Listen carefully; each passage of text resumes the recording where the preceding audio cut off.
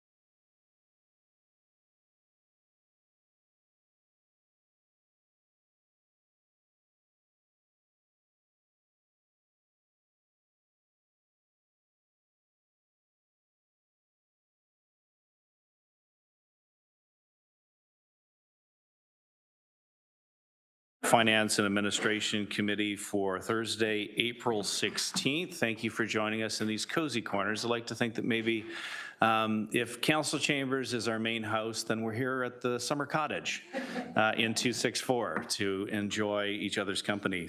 As we have quorum present, I'd like to call the meeting to order at 9:31.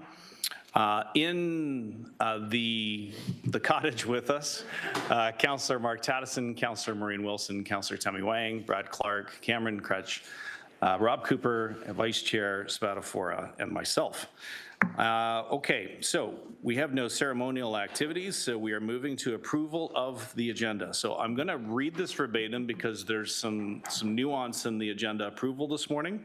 So members of committee, we will defer consideration of 8.1, which is AUD 21004D, and that is the cybersecurity follow-up audit, phase 2, incident response and insurance review citywide until after closed session in order to hear the confidential presentation, which will be during the closed session portion at item 11.2, and that's associated with 8.1, just for clarification. So 8.1 will be moved to after the closed session portion.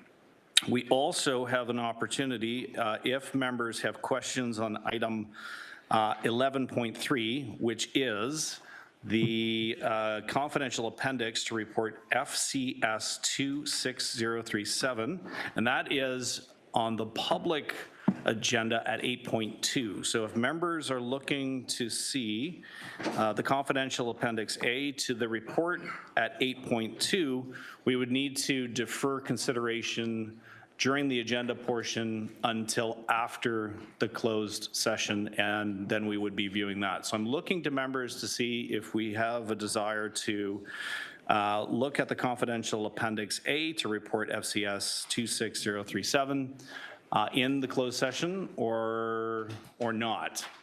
So is there a decision point that we'd like to defer 8.2 as well? I'm seeing some nods. Okay, so then we will thusly modify the agenda. So if I could have a mover and seconder to approve the agenda as amended, seeing Councillor Cooper and Councillor Huang, thank you. Any other questions about the amended agenda? Seeing none, please indicate your vote by a show of all in favor. Hand vote, thank you. That is unanimously carried. We're now moving on to declarations of interest. Are there any declarations of interest? Okay, seeing none, we're moving to 5.1, which is the approval of the minutes from March 26, 2026. If I could have a mover and a seconder to adopt these minutes from March 26, seeing Councillor Esther Pauls, Councillor Tammy Huang, thank you. Any questions about the minutes? And seeing none, if I could have a show of hand vote, all in favor? That is unanimous. Thank you, colleagues. Moving on quickly now to 6.1, which is delegations respecting the 2026 development charges index. That is item 7.1. And we have a virtual delegation. Oh, there you are, Viv. How are you? Good to see you. Viv Saunders, if you could turn on your camera. You've already done that. Viv, thank you for joining us today. So you've got a 5-minute delegation. In the big house, we'd have the ding at 4 minutes. I don't know that that works here at the cottage. Probably doesn't. So by 5 minutes, if you're still carrying on, I will kind of interject and let you know that we're at the end of your speaking time.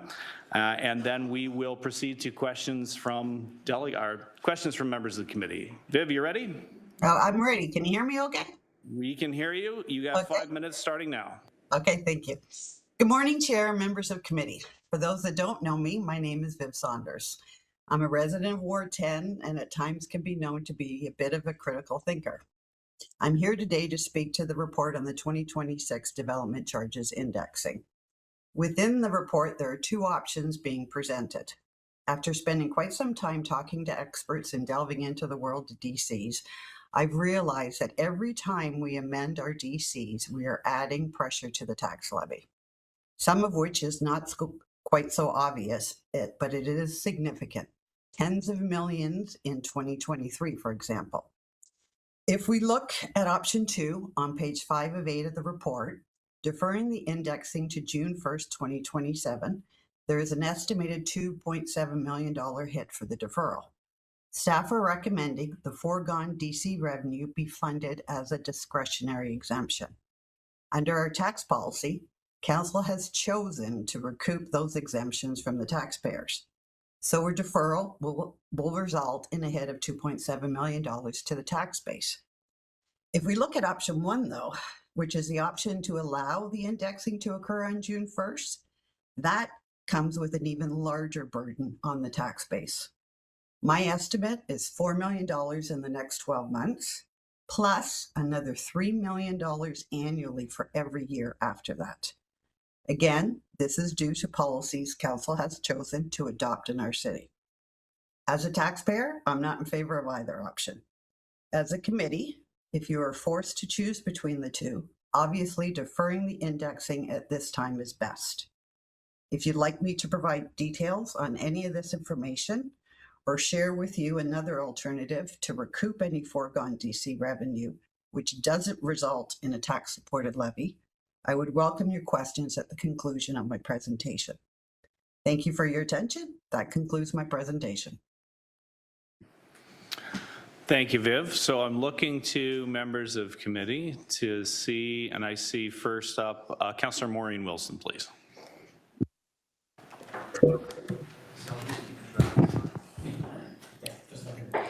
Thank you, Chair. At the outset, let me just say how appreciative I am of Ms. Sanders' continuous engagement. I think it's wonderful that she invests her time and talent for things she's not getting paid to, but as a resident, so hats off.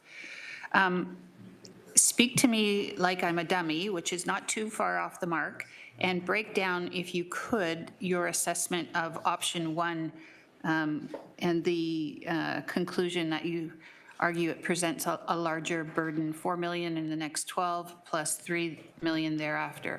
Thank you. Okay. Thank you. Through the chair. What part of the $2.7 million that staff is assuming, 50% of that, if it's deferred, roughly would be about 1.35 million. So that will happen if the indexing goes through because of the transition policy put in place. So anything that's bypasses site plan and a building permit is applied for and approved within the next 6 months. Plus, because I could only go back and look at 2023, for example. In 2023, we gave $78 million of exemptions. So if we're going to proceed with an indexing, that 78 million now becomes 81 million, assuming all the same types of developments happen, which I thought was a fair sort of baseline to work from. So the 78 turns into 81, which is an additional $3 million per year. And then projecting that forward, that we're building the same housing with the exemptions, it just escalates. Okay, thank you. You noted in your delegation that you had an alternative, and I was wondering if you could tell us about that through the chair. Viv, go ahead. Yes, thank you for that question. Through the chair, I noticed that we have $30 million sitting in our building permit reserves. There's restrictions, and sometimes it goes down for operating and building, but generally speaking, it has been increasing every single year. There's restrictions on how that money can be spent. Yep. So if the city is seeking to, roughly in the report, it's assuming $4,000 per unit, for example, with the indexing. Alternatively, council could consider a building permit fee reduction up to $4,000 per unit and fund it with the building permit reserves. Councillor? Thank you. My final question through the chair. Now that we have you here, Ms. Sanders, is there anything you would like to maybe suggest that in any of this calculation that we could use the DCs and the whole indexing plan or otherwise that we could affect the type of building that may go on in the market? And that is my question, and thank you again. Viv? Ooh. Any way we can use DC exemption, sorry, through the chair, any way we use DC exemptions to affect the type of buildings?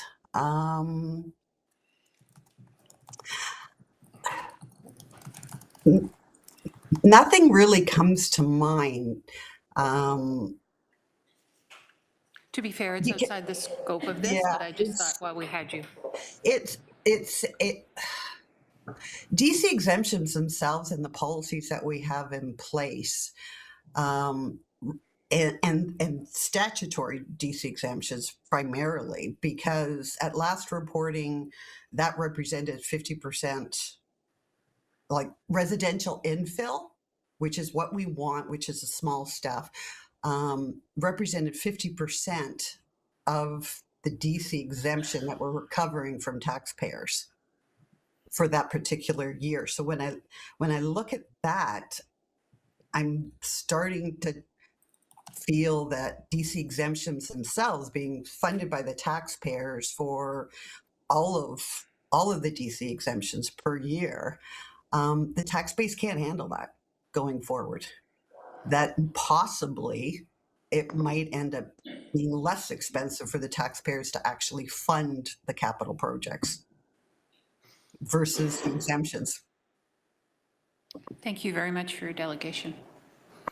Thank you, Councillor. Who else do I have on the list here? I see Councillor Paul's next, please. Thank you.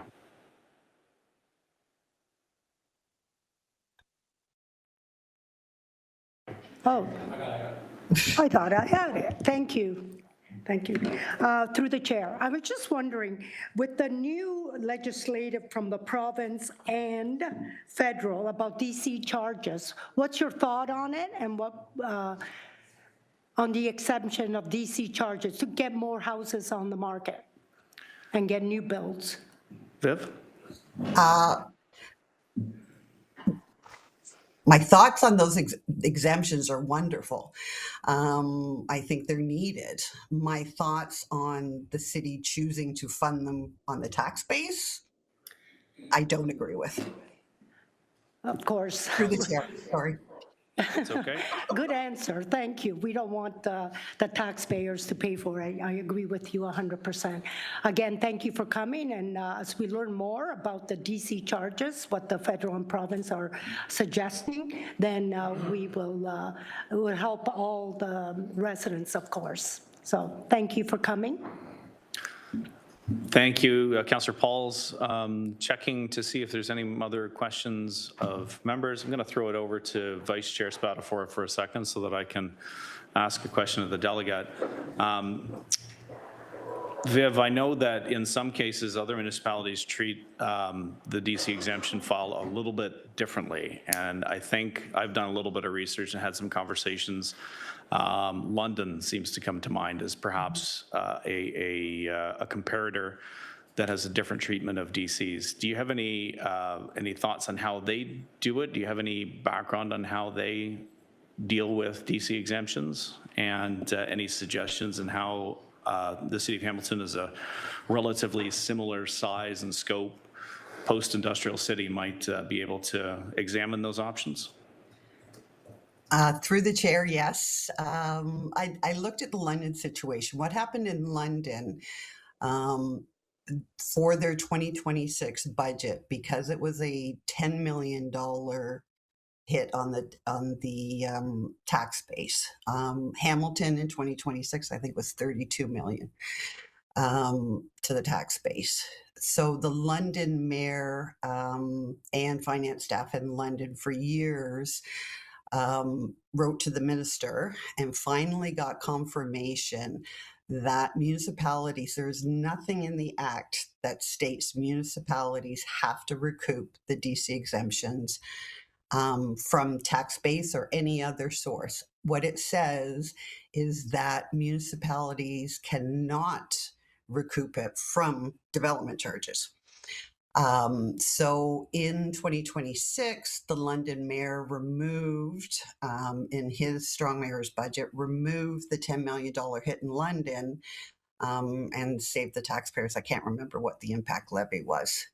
And decided from there that as the growth capital projects may come up, because revenue has to come from somewhere, it would come in year based on the capital budget, and then it would be a slow hit rather than a larger hit to the tax base. Councillor Beatty. Thank you, Vice Chair, and through you. So how did they, I'm just trying to understand, the strong mayor issued a directive that set aside the $10 million, or where did the $10 million go to? How was it calculated on the balance sheet? Through the chair, what the mayor did was remove that recovery, like we're calling it DC recovery funding. He removed that from the tax base. What happened after that, I don't know. Councillor Beatty. Okay, and then I think the follow-up to that then is that the expectation was that potentially certain growth-related projects then, instead of being funded through some recoupment of DCs, those capital projects would be then funded thusly through the regular levy budget. Is that what I have correct at a later date? Through the chair, yes, that's correct. Okay, some interesting thinking there. Thank you very much, Viv. I have no further questions. I'll take the chair back, and I don't see any further questions from committee. So I think we see you again in a few minutes. So I guess you're hanging on until 6.2, but for now we're going to move to our next delegate, which is Mike Collins-Williams from the West End Homebuilders Association. Mike, come on up to the podium. And I did forget to remind members of committee earlier on that questions of the delegates are for information purposes only and not for debate, which is not to say anybody planned to debate anybody, but I do want to make sure that I'm filing all notices appropriately. And so, Mike, whenever you're ready, you'll have 5 minutes at your leisure. Thank you. Good morning, Chair, members of the Audit, Finance and Administration Committee. My name is Mike Collins-Williams, CEO of the West End Homebuilders Association, and I'm here today to discuss a proposal before you to increase development charges.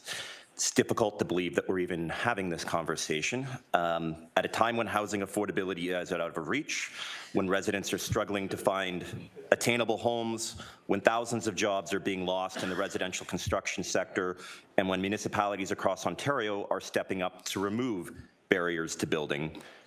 Hamilton's considering increasing development charges.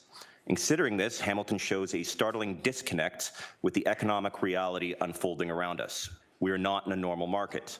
We're in a historic downturn in residential construction, arguably the worst in decades. Projects across the city are being delayed or abandoned altogether because they no longer are financially viable. The economics simply do not work.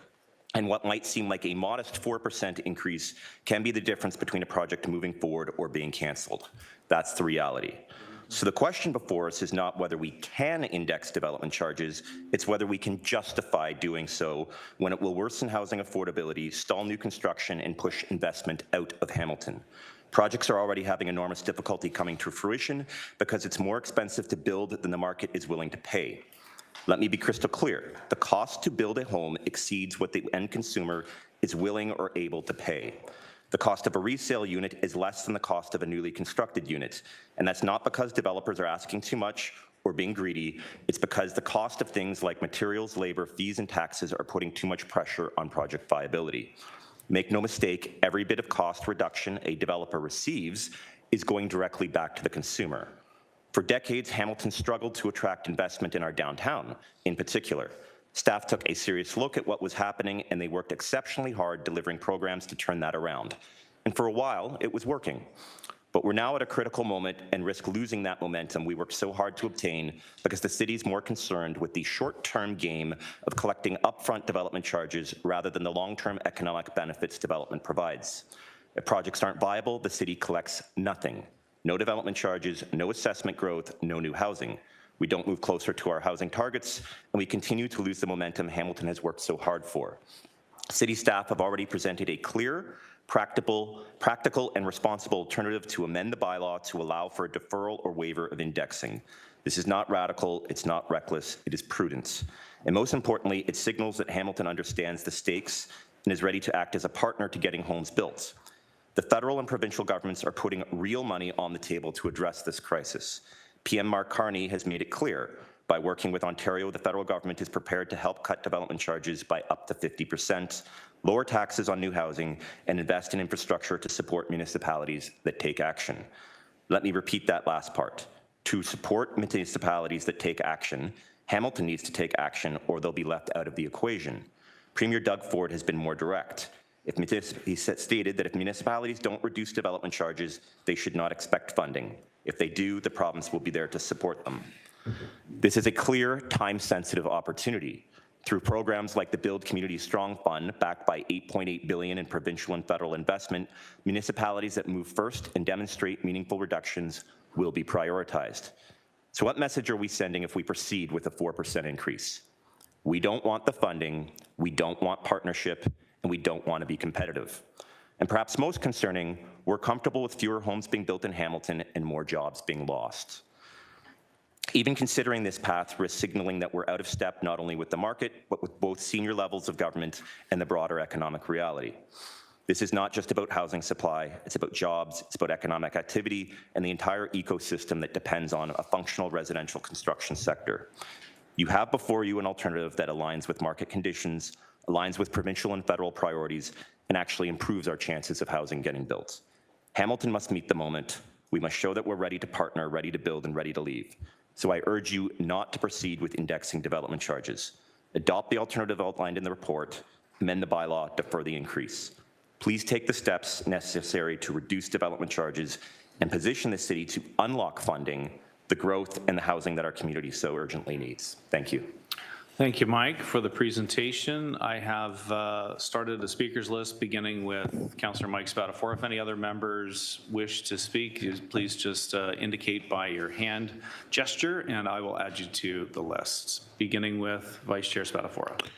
Thanks, Chair. Mike, thanks for coming. I think I only got one question. You, I'm sure, have spent time with both federal and provincial government around housing and DCs and all that fun stuff. In your opinion, if the indexing goes forward, do you think that would spell the end of us having any access to the money that the province and feds have put on the table in regards to helping municipalities that are looking to build in their city? Through you, Chair. Mike? Through the chair, I don't know if it would spell the end, but it's certainly not a good starting point. We've just in the last 2-3 weeks had the HST reduction. That is the most significant tax cut in a generation. Now it's time limited. The following week, the Prime Minister and the Premier made the announcement on the development charges. There's still a program to be built, but the Premier has been, typically blunt in his language that if you're not, part of the solution, you're part of the problem. Whether it's Hamilton or any other municipality, I think signals are very important, and increasing development charges, even by this modest 4%, is a pretty strong signal to the provincial and federal governments that this city has no intention of being part of the solution and is rather part of the problem. That's good for me, Chair. Councillor, I wonder if you could take the chair for a second. I just want to ask the delegate a question. I didn't see anybody else, but I apologize if I've jumped the queue. We'll come back to members. Mike, you heard from a delegate just a moment ago, Ms. Saunders, who mentioned the experience in some other communities. And London was mentioned. I brought it up, and she was able to speak to some of the research that she had concluded. I'm wondering if you have any connection with the home builders out in the London area through your professional association, if you've noticed or heard from them any changes as a result of the mayoral directive there that was issued in terms of how they changed the way that they dealt with exemptions for DCs. Any thoughts or comments from your comparator group out in the London area?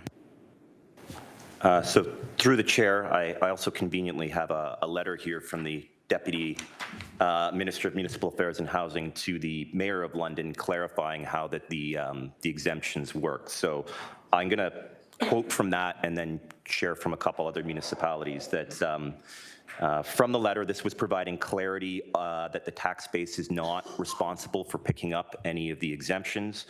So quoting from the Deputy Minister of Municipal Affairs and Housing, please note that while municipalities are responsible for ensuring that they have adequate resources to enable infrastructure necessary to support their growth, Section 563 of the Development Charges Act does not require municipalities to fund statutory and non-statutory exemptions and discounts contained in the Development Charges Act or municipal charges bylaws through non-development charges funding sources.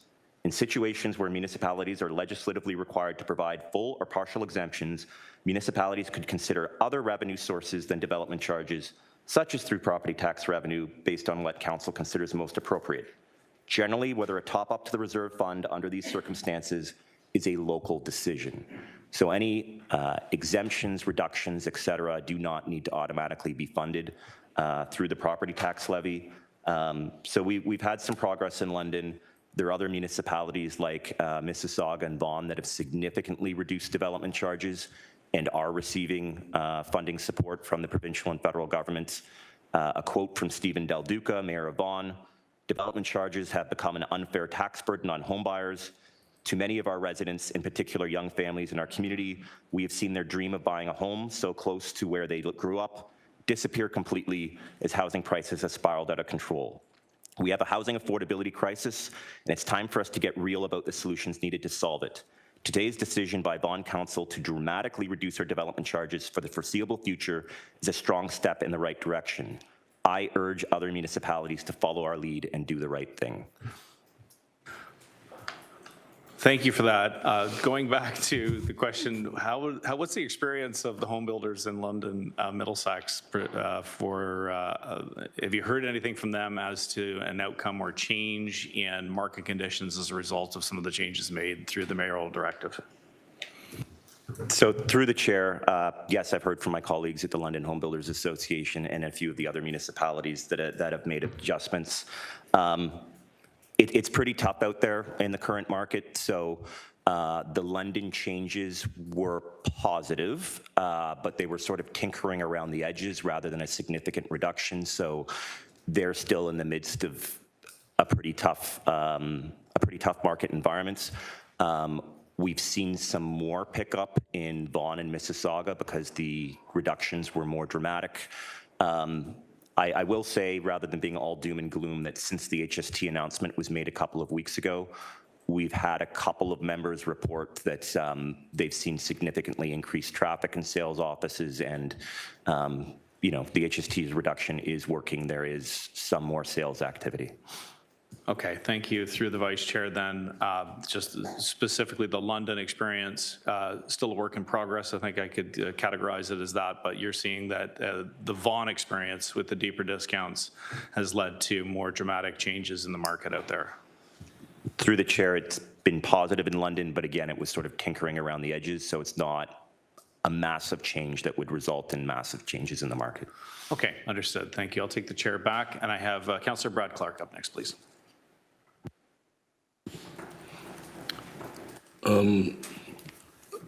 The letter from the Deputy Minister intrigues me.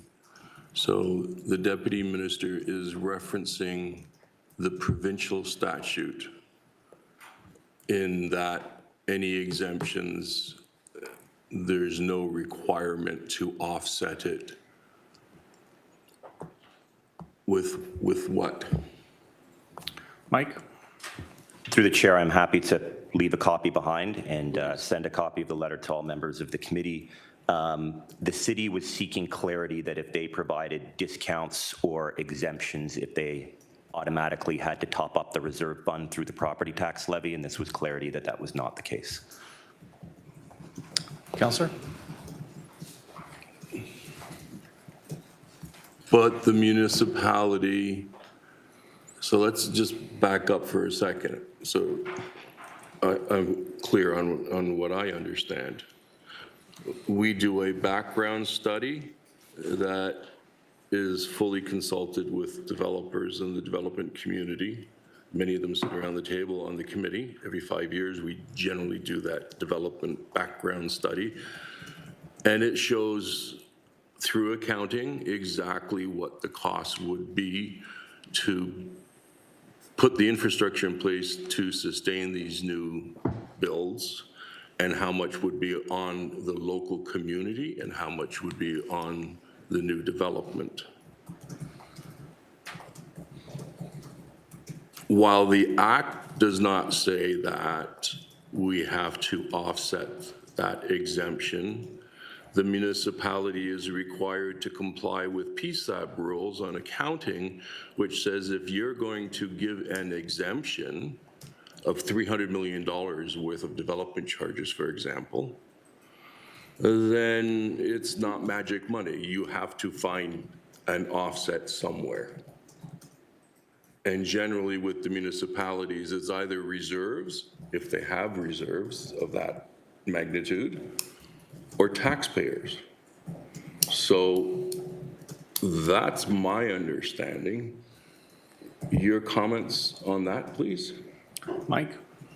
Again, through the chair, I'd be happy to share the letter, and I could probably find the initial letter from the City of London, so there's context of sort of the back and forth in terms of what the questioning was.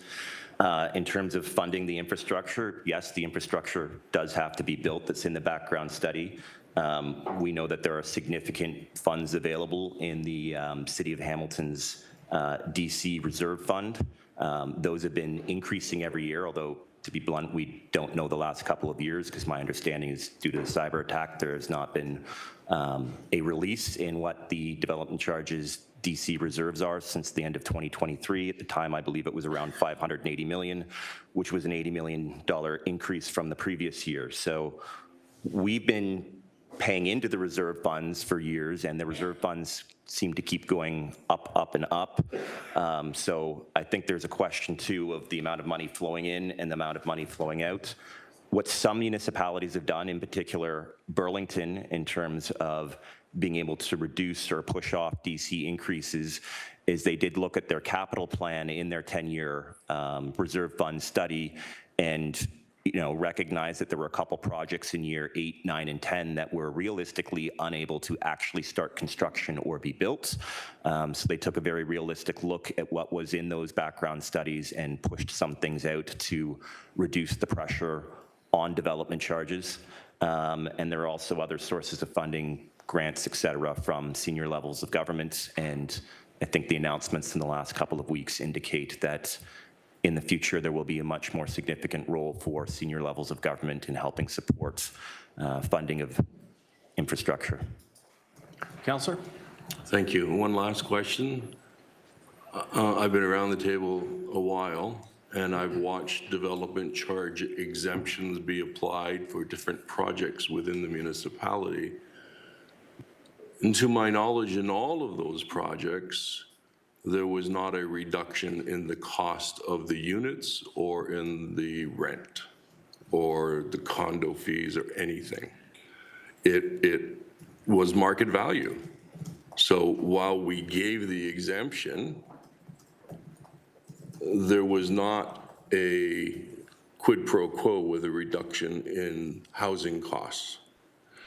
How is the municipality to ensure that if we receive money from the federal government for infrastructure, such as our water capacity increase and that construction work, that the actual housing prices in the community is going to go down? Because what I've experienced is the housing prices is not a discretionary item. It's based always on the marketplace. They try to maximize as much dollars as they can. So if the hue and cry is to lower the cost of housing, how does the government ensure that that happens? Mike? Through the chair, I've certainly had the opposite experience recently. Nothing is moving in this market. There are major.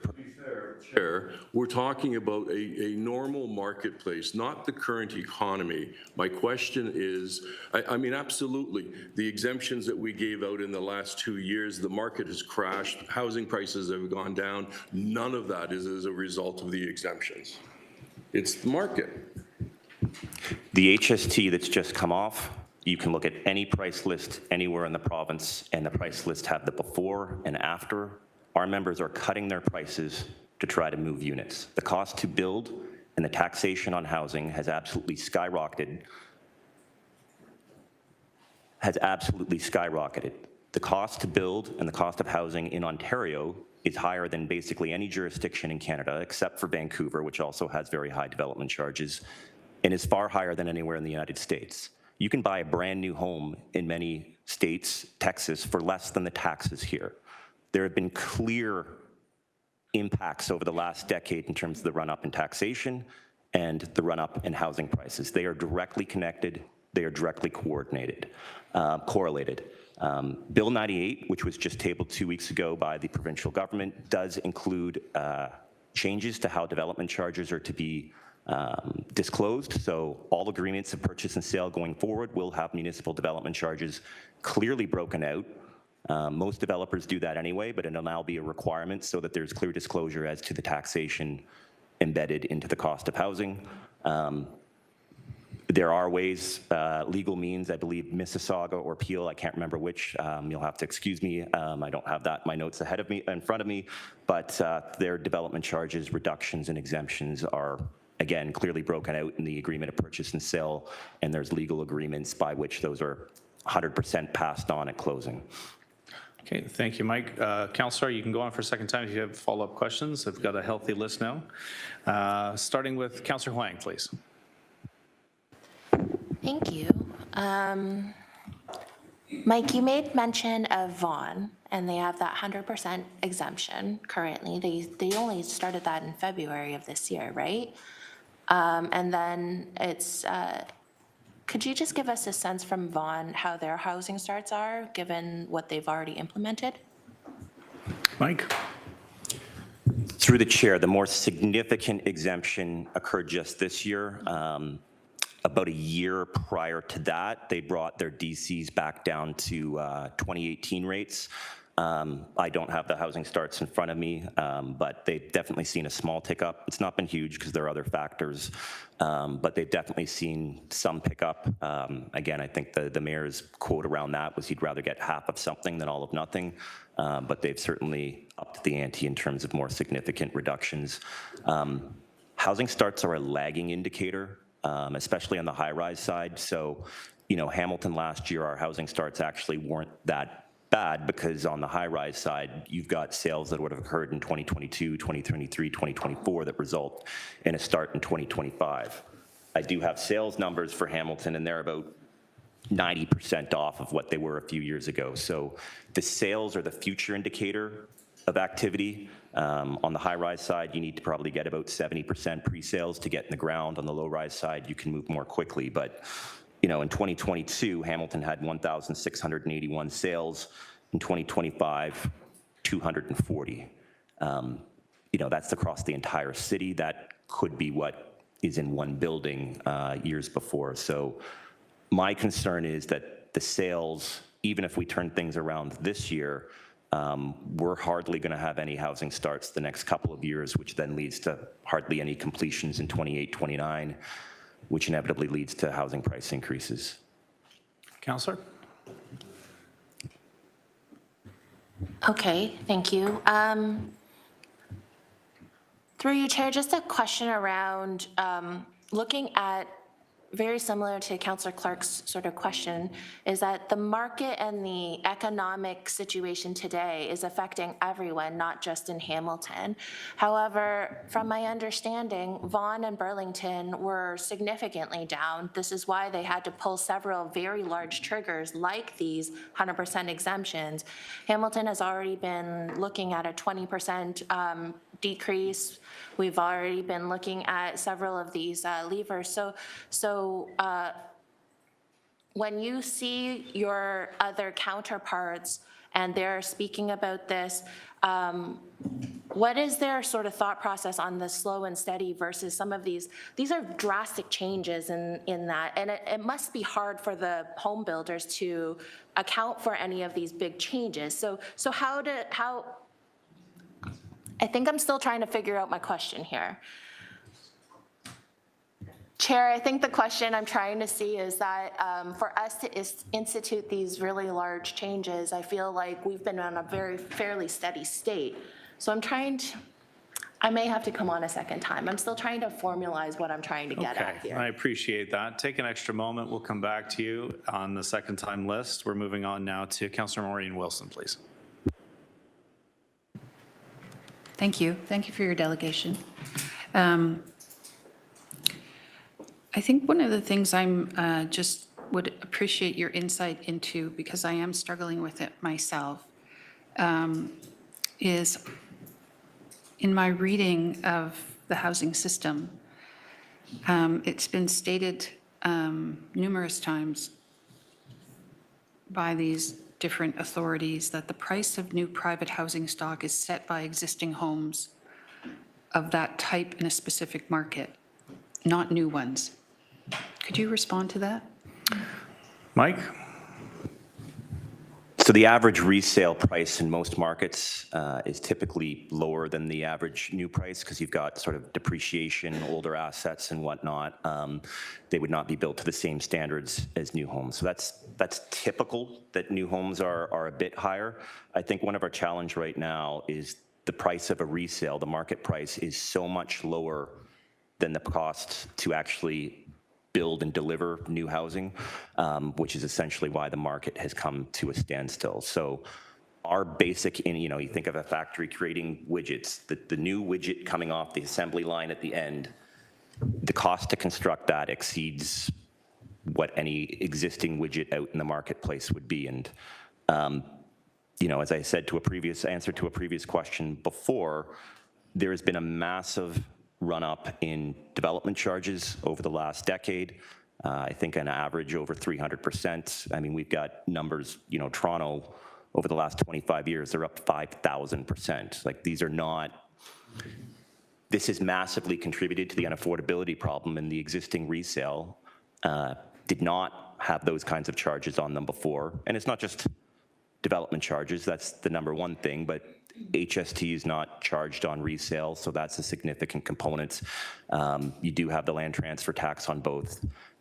So we're in a situation now where we do have the federal and provincial governments taking serious action to reduce the tax burden and try to bring the new more in line with resale and hopefully save some jobs and get shovels in the ground. Councillor? No, thank you. I appreciate it. It is just something that I struggle with, and just to simplify my struggle, if you have two different commodities and you're shopping in the private market, if 90%, let me just get this right, because I don't want to malign it on anybody's part. Just one moment. And if you're having to choose between those two products, you're going to choose the one that's more price competitive normally. And the more price competitive one, just because of the number of supply, housing prices are determined by the 98% of all housing that is already there. So we're looking at that as a commodity, and then we're looking therefore at housing affordability. It is that the majority of people entering the market can't afford that 98%. And I think that's the thing I'm struggling with, and that's why I was wanting your feedback on it, appreciating that maybe some of those original housing, as you said, didn't succumb to the same layering of cost as the new, but they are still the ones that are setting the cost in a private market, the 98% of the asset. Is that a fair statement? Mike? Through the chair, for the most part, I do think that there is a component of the market that's not willing to pay significantly more, but a home built to the 2026 building code versus, we didn't even have energy in the building code prior to the 1960s. There was no building code before the 1945.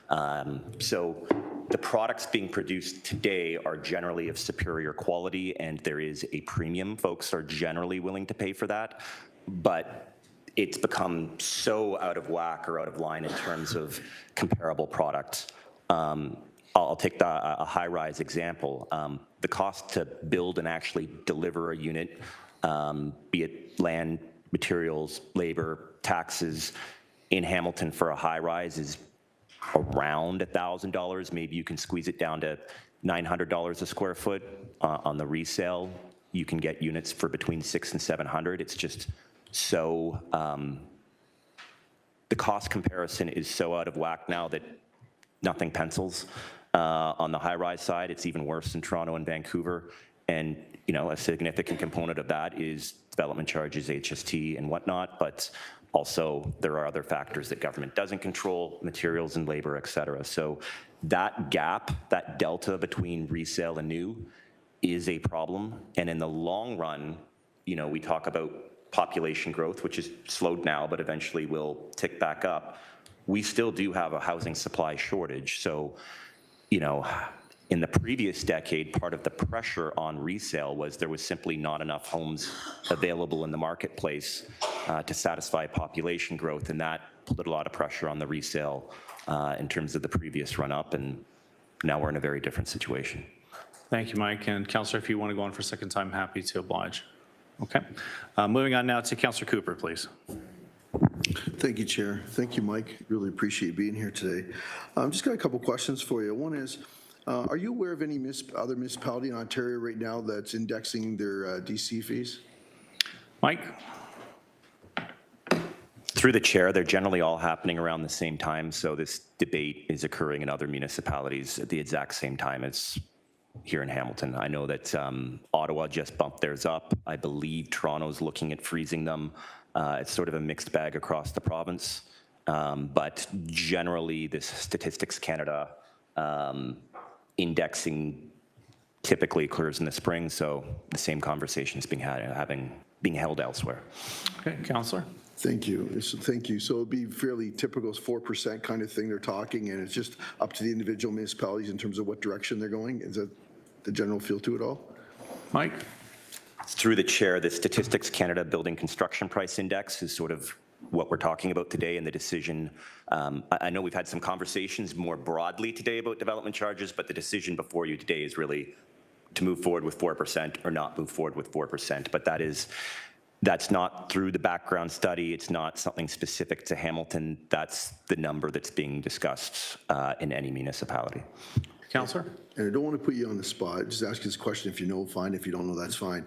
When you contrast what's happening in our, I'll say, building sector in Hamilton, you know, I hear stories of, you know, projects being stalled, mothballed, people losing their jobs. I'm not sure if that's right across Ontario. I've heard stories that it might be. If you contrast our situation against other municipalities going through the same conversation, do you have any sense of what that looks like, or is it just too early to tell? Mike? Working with the Ontario Homebuilders Association and our neighbors at Build, we did run a number of models in terms of the potential job losses, and across Southern Ontario, so this would include sort of GTA, broader Golden Horseshoe, including Hamilton, we were looking at 100,000 job losses over the next 5 years. That's really, I think, the number that incentivized the federal and provincial governments to make bold moves. And in addition to the job losses, we were looking at $6 billion a year in lower revenues for all three levels of government. It was roughly $2 billion each level of government. So, you know, ironically, as we're talking about whether to increase or not increase the development charges, your DC revenues and the DC revenues in Ottawa, Toronto, London, and elsewhere are falling off a cliff, which is going to put extreme pressure on your long-term capital plans. The province and the federal governments were also concerned about their revenue losses, be it GST, HST, income taxes, corporate taxes, et cetera. This is sort of a slow-moving train in terms of the job losses. And the job losses are not just what you think of sort of residential construction. It's sort of a contagion that's spreading. our membership is broad. It's the whole supply chain, lumber yards, massive layoffs, appliance, furniture companies. The job losses are spreading beyond the sites. In terms of your direct question of comparables from municipality to municipality, it really is across the broader region. I think in Hamilton, there are some acute issues in our downtown that perhaps the high-rise or the condo intensification sector will probably take longer to recover. Broadly speaking, when it does start to recover, it'll likely start recovering in Toronto first and spread out from there. The only market in Ontario that's been somewhat insulated from this is Ottawa. Ottawa has a very different market. They tend not to have the highs and they tend not to have the lows. It's a little more steady as she goes, given that the employment base there is much more government. The other acute issue in Hamilton is we do have a lot of manufacturing. We're exposed to the steel sector. So some of the broader economic concerns and job losses that started in Hamilton first, consumer confidence is likely lower in this city than perhaps it is in some other neighboring cities. Mike? Councillor? Appreciate it. Okay, just seeing if there's any other first-time speakers. I'll start with Councillor Esther Pauls, please. There we go. Thank you. And through the chair. First of all, I want to know if you know, are these DC charges limited, infrastructure, obligation, permanent? Did they give us a time limit, the province or the federal? Through the chair, the HST announcement is time limited. It's 1 year. The development charges, it's a long-term program. At this point, it's just been an announcement. There are not details in terms of sort of intake, outtake, application process, but through the Build Canada Strong Fund, the provincial and territorial stream, it is $8.8 billion over 10 years. So, the question before you today is just the indexing, the 4%, but I think the broader philosophical direction is whether the city wants to engage in the opportunity of this program, but it is a long-term program. Councillor? Thank you, and that's good to hear that it's long-term. It's not just a couple of years where, we have to adjust. But in your opinion, the evidence of DC reduction of Hamilton, would that reduce housing prices, in your opinion? Or does the builder absorbs it all, or does it pass on to buyers? Mike? Through the chair, if we don't reduce pricing, we're not building anything. There is a very significant project downtown that's worth about $300 million. If it's, got some numbers in front of me, they're stuck. They've only had 2 units sold the last 6 months. The development charges revenue up front would have been $9 million, which the city probably won't get. But the property tax revenue is currently $15,000 a year. It would be $3.2 million a year each and every year in perpetuity going forward, and in all likelihood, this project's going to be canceled. The only way that they're going to be able to move forward is to be able to reduce their unit prices, and this is what's happening in numerous projects across the city. The HST is going to help, absolutely. So we have had the province and the federal government step in with short-term stimulus. I think the industry, not just in Hamilton, but more broadly speaking, is looking for the municipal sector to step up. The Prime Minister and the Premier have made some pretty strong statements about development charges specifically, and the need for municipalities to step up. And there's tons of research out there, be it from Mike Moffat, all sorts of other resources in terms of just how completely out of step development charges have become as a revenue tool and how they have contributed to the crisis that we're in today. Thank you, Mike. And my last question, can you remind us again, if a builder's building a condo, which they're not right now, but or a house, what would the development charges be for that developer or that Mike? builder? Through the chair, depending on the product type, I've got the June 1st to May 31st numbers in front of me. A single detached is $104,240, townhome $78,000, apartment stacked townhome 2-bedroom plus 65, and a 1-bedroom 41. Those are significant numbers. If you even go back to 2020, just before the current council came in, a single was $51,000. That's half of what it is now. A townhome or a multi, 37. Apartments 2-bedroom, 27. Apartments 1-bedroom, 19. You go back 10 or so years to 2013, a single was $28,000. I'm going to steal a line from Mike Moffat. He looked at the Toronto development charges 20 years ago versus today. If the same rate of inflation applied to a cup of coffee, it would be $66 to get a cup of coffee from Tim Hortons. If the same rate of inflation applied to your average sedan car, it would cost $1.3 million to buy a car. Development charges as a revenue tool, and this isn't just Hamilton, other municipalities have done the same, and the province bears responsibility for with the structure of the Development Charges Act, but they are a major, major contributing factor to why Ontario specifically is in the housing crisis it is, and why nothing is moving in Ontario. Last year, Alberta had an all-time record in housing starts, as did Calgary and Edmonton. The development charges on a single-family home in Calgary are $22,000, but 1/5 is the rate in Hamilton. Why the federal and the province are putting this forward, and I hope these savings will pass on to the buyers. So thank you for that, Mike. Okay, thank you, and thank you for Mike explaining how Starbucks arrives at their pricing. So, little humor, folks. No further first-time speakers, so we're going to go to the second-time list, which I have in order: Councillor Clark, Wang, and Maureen Wilson. Beginning with Councillor Clark, please. Thank you. Development charges seems to be in the news a lot. Even your statements of the $104,000 for a single-family home,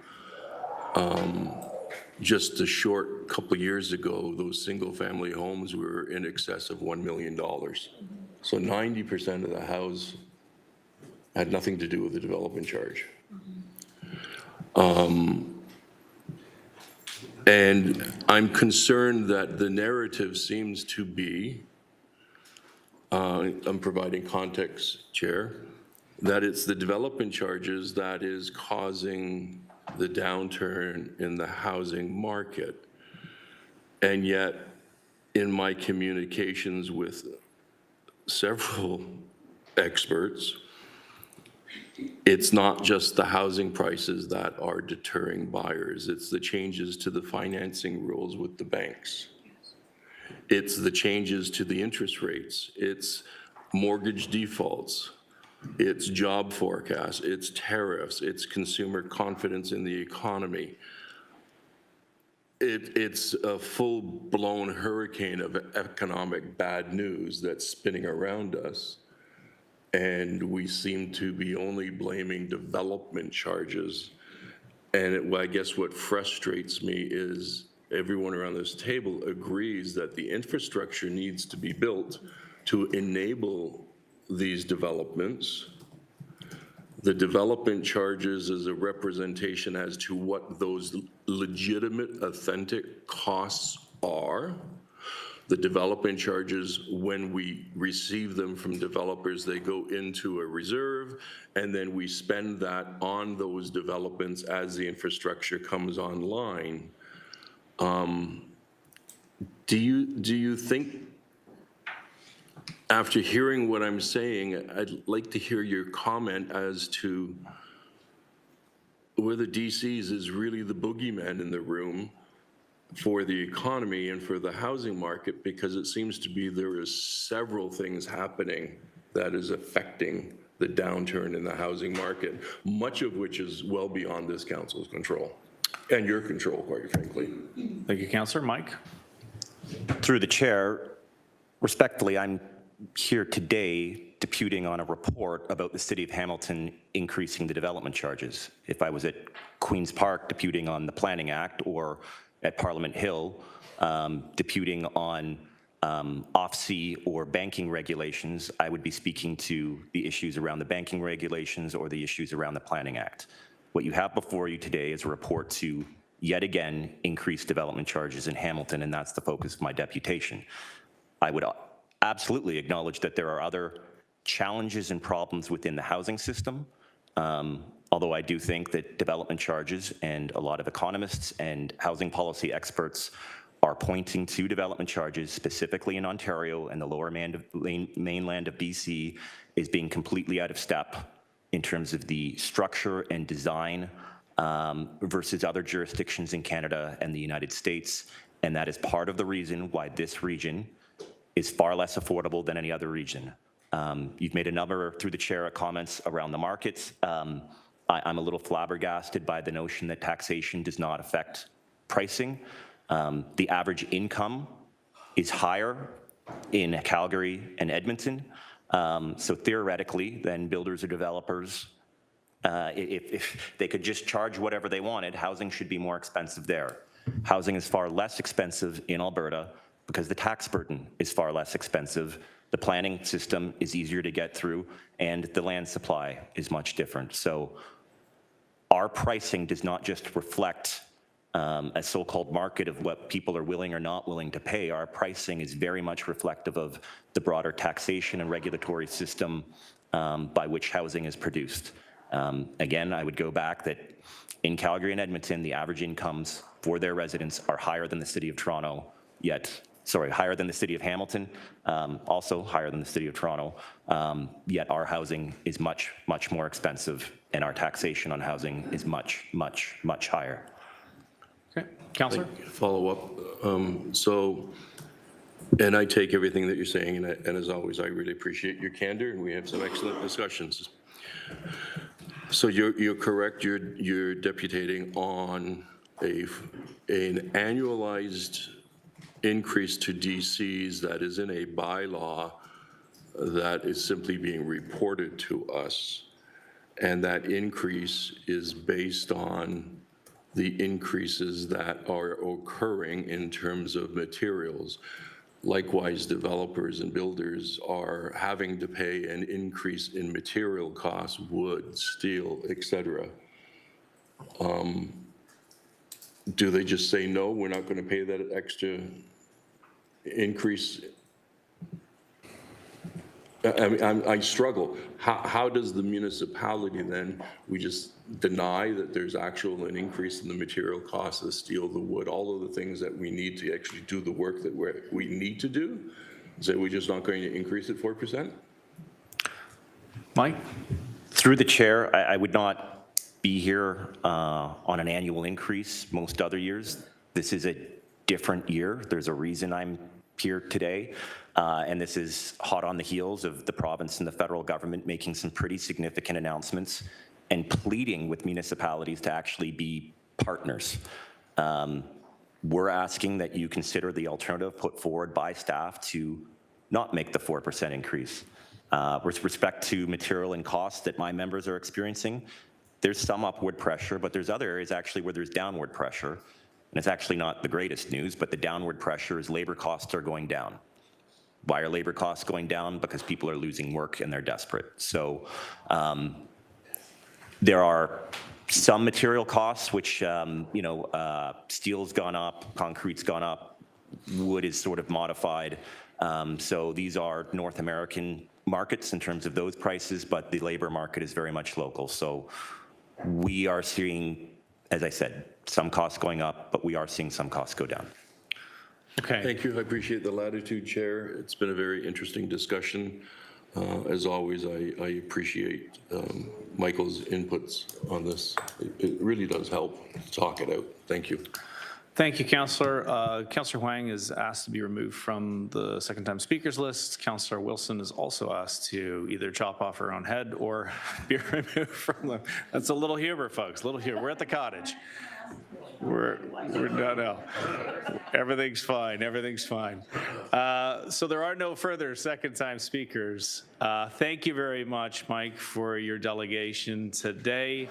And we are now going to look for, what I should say is that our next delegate, who was our first delegate, I think due to time constraints has withdrawn. So we won't be hearing a second time from Viv, which means that we are now at the portion where we need to accept our delegations. So if I could have a mover and Councillor Taddison, Councillor Cooper is the seconder. And we are all in favor to receive the delegations, seeing that that appears to be unanimous. A couple of more hands in the air wouldn't hurt, gentlemen. Thank you. And that carries. Thank you. Which means Mike, you can't do that. Sorry. we're not that casual. I'm handing this to the clerk, Mike, so you're not in trouble.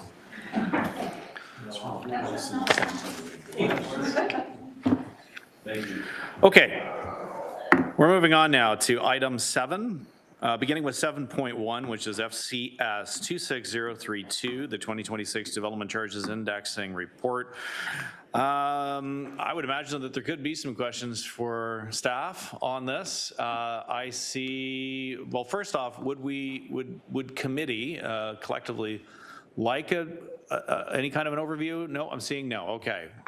We have then a first-time speaker in Councillor Kretsch, please. And I'll populate the list from there. Thanks. I didn't have any questions for Mike because I've already asked Mike all the questions about this subject at every other delegation he's been here, and I don't want to debate with him because that's not the role we have here when delegations come forward. I don't disagree that development charges are part of the puzzle. Obviously, they're part of the financial picture for development. That's mathematically just true. Also, lots of other things going on here. I think that when I look at what's happening downtown, look at what's happening in terms of economic pressures, I'm always reminded that the average household income for people who live downtown, according to the 2021 census, is $67,900. Household income. So there's a lot of affordability challenges here for people. And I also recognize completely and respect that Mike's here to represent his members. I do have a bit of trouble when we start broadening the conversation out to the impacts to people who live here downtown, people who live here in the city, and residents, as if they're somehow in the same boat as Mike's members. That's not the case. If that were the case, we would have got delegations from the Homebuilders Association when suddenly, out of nowhere, the free market exploded and massive profits were made over about a decade in this city. Maybe not a whole decade, maybe 7 or 8 years. Massive, massive profits. And the people who had a terrible time finding a place to live were those who couldn't afford anywhere to go. I didn't hear anyone asking to regulate the market then or to worry about the high costs around affordability for people who were living in Hamilton. People stayed silent. Meanwhile, not only did rents go up for people, but it became almost unaffordable for people to get mortgages. And most young people I know are not going to buy a house in their lifetime, or it's going to take them till they're in their 40s to be able to save the money for it. So there's a lot going on in this situation. I want to be really clear about that. Affordability is an issue. Until this country and this province gets its act together with understanding that we can't continue to have a free market system that has ups and downs and keep arguing with one another about this at the high and the low, and that we have to have some stabilization in a system that allows people to be able to afford to live, we're going to keep having these conversations. So if you're happy to get the money when it's coming in by the truckload, there's going to be times when it's not. Okay, second on the speakers list, Councillor Rob Cooper, please. Thank you, Chair. Just some questions. So we know there's a conversation going on right now with federal and provincial governments that gave us a little bit of an overview of what might happen. We're still kind of guessing. Is there any sense of how or what's going to come out in terms of, I mean, the way Mike talked, this is an annual event. Everybody knows it's coming up this time of year. There's discussions. Any conversation with the federal and provincial governments in terms of how they're rolling out the DC charge relief and whether that impacts this conversation we're having today? I'm going to turn that over to GM Zagaric, if you would kindly introduce yourself. Thank you. Through the chair, Mike Zagaric, General Manager of Finance Corporate Services. To the question, information is very limited and staff are relying on media release. What the media release highlights is that the expectation with respect to development charge relief is a 3-year expectation for those municipalities who choose to participate as relates to the development charge relief. The expectation for municipalities, the consideration for municipalities as it relates to the development charge exemptions and relief, I would reference it in municipalities are going to have to pay to play. And in order for municipalities to be eligible for potential funding from senior levels of government, municipalities will have to firstly discount development charge exemptions without any surety as to whether that level of relief will be matched or supported through provincial and federal funding. For clarity, the federal government has no jurisdiction over development charges. This is just a provincial responsibility. And so irrespective, and I respectfully say, irrespective of the messaging coming from the federal government, they have no jurisdiction over development charges. It will be determined, I expect, through a bilateral agreement between the federal and provincial government. We haven't seen that bilateral agreement, but I would expect that bilateral agreement between the provincial and federal government will stipulate what the provincial obligations are as it relates to the federal funding, and that may help inform municipalities what is expected from municipalities. And so, again, very limited information. It does make reference to housing enabling or residential enabling. So I would assume we're not discussing commercial and industrial and institutional DCs. This would just be limited to residential development charges.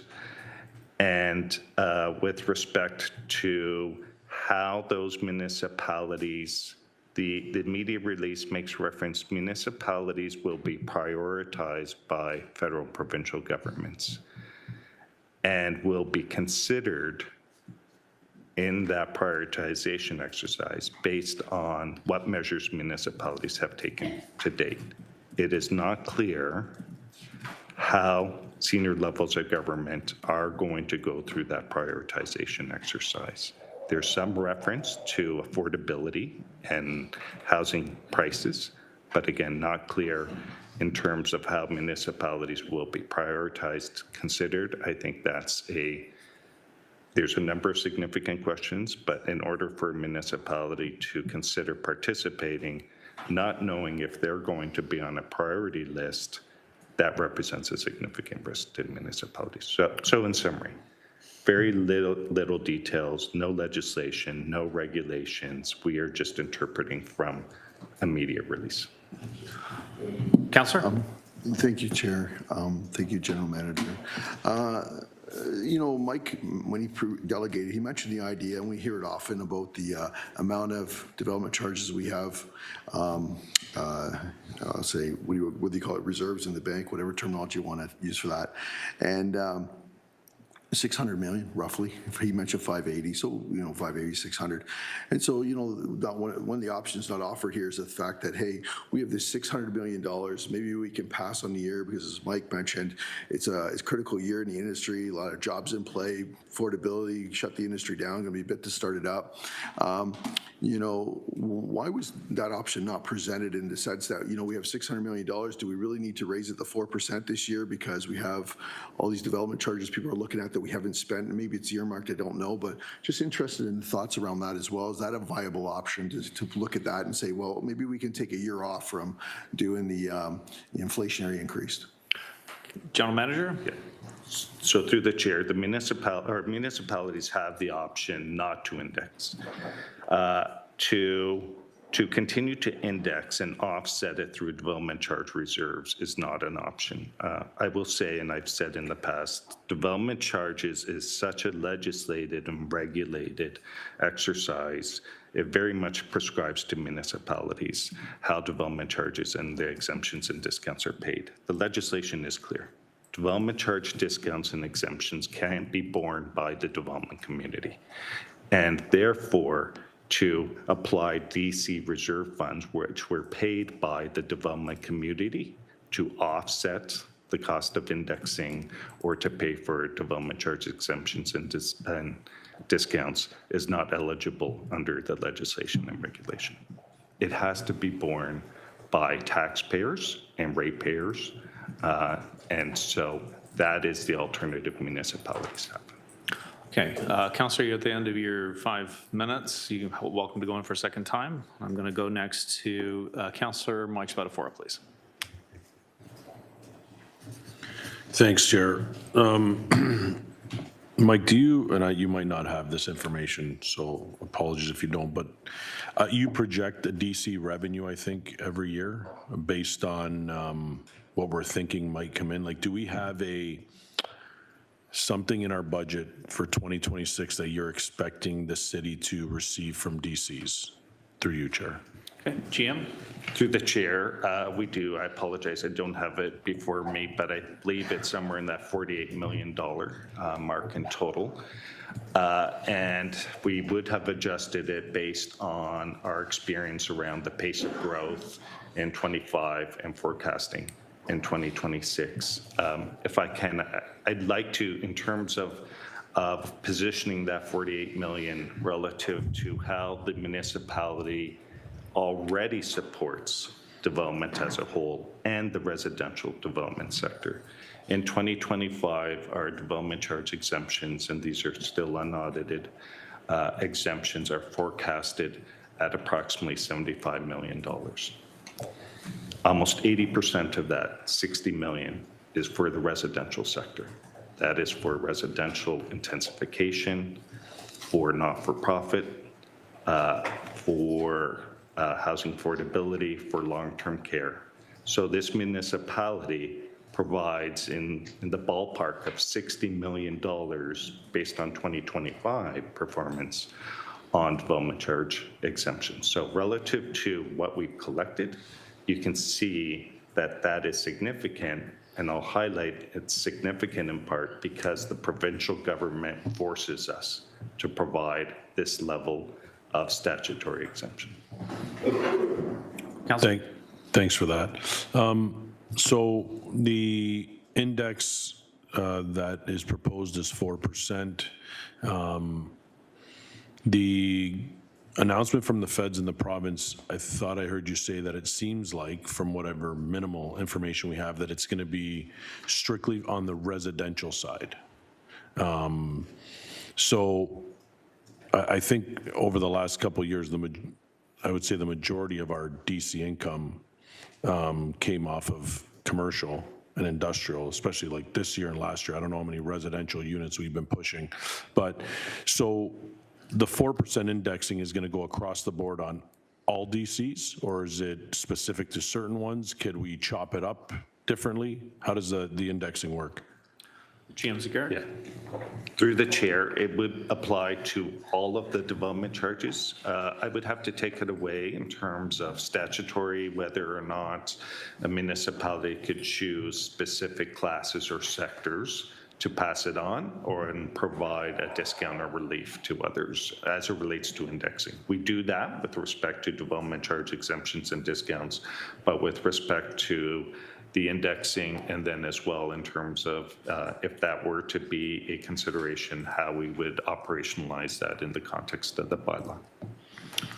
Last question for me, Chair, and you might say this is not in order because I believe we're talking strictly about indexing, but I wanted to hear from you about when we build out our plans for growth, and obviously we use DCs to build out infrastructure that's needed for growth. When we don't meet those targets of growth, when we don't grow as we believe we are going to grow, and we've collected that revenue, how do you push it out, or no, you know, if I got $100 million based on growth that we're going to have in these years and that growth doesn't happen, do you push that money out? Do you wait for the next DC study? Like, how do you recalibrate the plan? Obviously, you want to balance it out. We need the infrastructure money, absolutely. But if we've talked about growth and we think we're going to hit these growth targets and we don't, I would assume the infrastructure is not needed in the same timeline that we would expect. So do you move those projects out, or does everything just stay in line? I think that that's relevant Is that to the okay? conversation, Councillor, so go ahead to the General Manager for a response. So through the chair, two pieces to the answer. With respect to the development charge background study, there is a component of that study where we have to identify the benefits of the infrastructure to sort of post-period property owners. And so that forms part of the exercise. So for our last DC background study, $3.8 billion in growth enabling infrastructure. I believe 390 million is post-period. With respect to budgeting, what we do is we look at the pace of growth in collaboration with our colleagues in planning and economic development. And across the various program areas, we adjust our capital plans to best align, there's no perfect crystal ball, but to best align with the investment or infrastructure investment strategy. And so if a municipality were to assume that everything is rosy, we're going to continue, it would represent a risk to municipalities. And so municipalities do from time to time adjust their capital plans to best align with the timing. And so with this downturn, we did that. In 2026, through our budget process, we deferred in time for 2027. I expect we're going to have the same exercise. What infrastructure is necessary to support growth? And what we do in terms of finance is we don't necessarily commit ourselves to the provincial projections. We best reflect our own experience. Thanks, Chair. Okay, thank you for that. We're moving on now to Councillor Maureen Wilson, please. Thank you, Councillor Spatafora asked my question. Appreciate it. Thank you. Okay, thank you for that. Now moving on to Councillor Tammy Huang, please. Thank you. Can you help me understand timing? Because along with all of what we're talking about today, there's been several big federal announcements, several big Ontario announcements. Just in my quick little thought process off the top of my head, we've been talking about the Build Canada Strong Fund, the Canada-Ontario Partnership Build, and the Building Faster Fund. So the Build Canada Strong, as you know, is federal. Canada-Ontario Partnership is federal and Ontario, and then Building Faster Fund is Ontario. So all of this speaks to DC exemptions. And we've already discounted by 20%. From my understanding, the Canada-Ontario Partnership Build is a 30 to 50% reduction. So if we've reduced by 20%, does that mean that should we want to participate in all of these programs, does that mean that we reduce further by 30 or by 30% to make it a 50%? I just don't understand how do we potentially make ourselves whole? Should we move the alternative? And is there a strategy here? GM Zagarek. So through the chair, I think I would start with my response to Councillor Cooper's question around what is known. And there are far more unknowns than there are knowns. What I am interpreting on the media release is that municipalities, again, will have to pay to play in terms of the funding program. I am anticipating that the federal funding will flow through to province, who will then cascade it down to those municipalities that, based on media release, both levels of government will identify as priority municipalities for consideration of funding. What is suggested through the media release is the funding will flow through a project application base. Here lies a challenge for municipalities, including ourselves. If we are expected to pay to play and discount our development charge exemptions, and then submit and to carry those exemptions or discounts for 3 years, given that the HST is just a 1-year commitment and municipalities are expected to participate in a 3-year program, just highlighting a bit of that disparity, is that we as staff will be challenged to bring recommendations forward in terms of how to address those development charge exemptions and discounts. It's clear taxpayers and ratepayers have to pay for development charge discounts and exemptions. Development charges are paid by property owners of some sort, either new property owners, residential or non-residential, or through existing. They're paid by some property owner. There's not a magic solution out there. These are real costs, and there are revenues that have to support those costs. Coming back to the challenges, if we choose to participate and discount our development charge exemptions, and then are expected to go through an application basis with an unknown as to whether our application is successful, and based on my past experience, those application processes could take 18 months, 2 years, and the unknown as to what we will realize in terms of funding relative to what we have provided in terms of relief. It's a risk. I don't know how to assess that risk given the unknowns, but again, what we would expect is to get some clarity once the legislation and regulation is brought forward in terms of what the basis will be for municipalities to be considered for shared funding and what the timelines are. There's some reference to 10-year periods. So if municipalities are front-ending the DC exemptions for the first 3 years, and we're going to realize the matching funding or some level of relief over 10 years, that again creates a cash flow challenge for municipalities as well. Councillor? Chair, my concern with this is that the feds in the province have put out some significant funding buckets.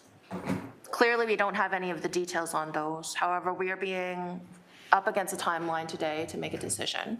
My concern is also that should we move forward on, say, an alternative, we're intentionally shooting ourselves in the foot for almost 3 years because we don't really know how the application processes work.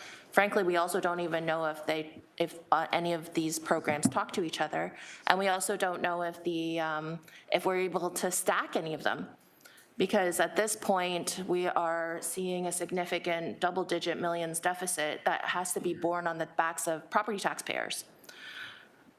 So I guess my question back to my GM Zagaric is, on our teams, have we given some thought as to a strategy on how we might leverage this? Because when I think about the Build Canada homes, I think GM Mader with the Housing Secretariat has probably got a list of potential projects, but those are not the same as private sector residential. I'm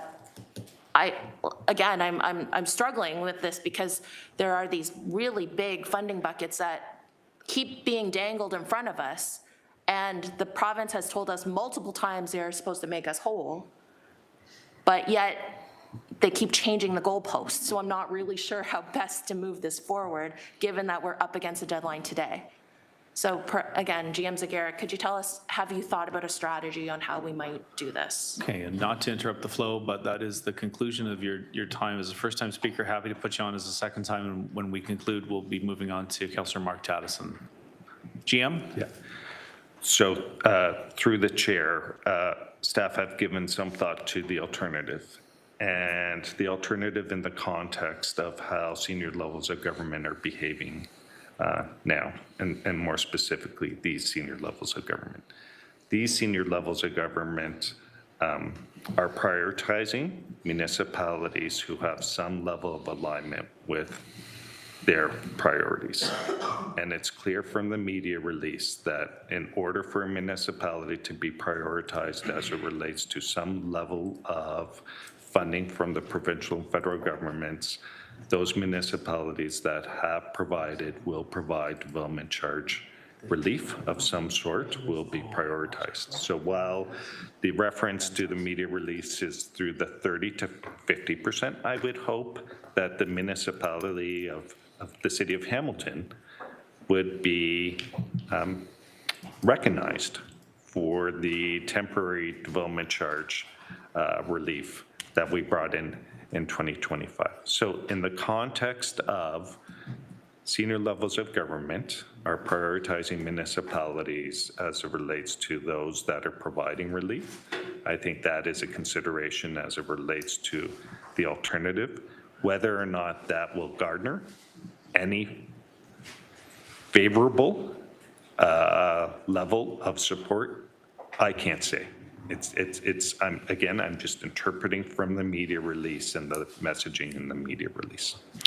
Okay, thank you, General Manager. I had the order wrong. I apologize. It is Councillor Brad Clark who's up next, and then Councillor Mark Tattison. Apologies.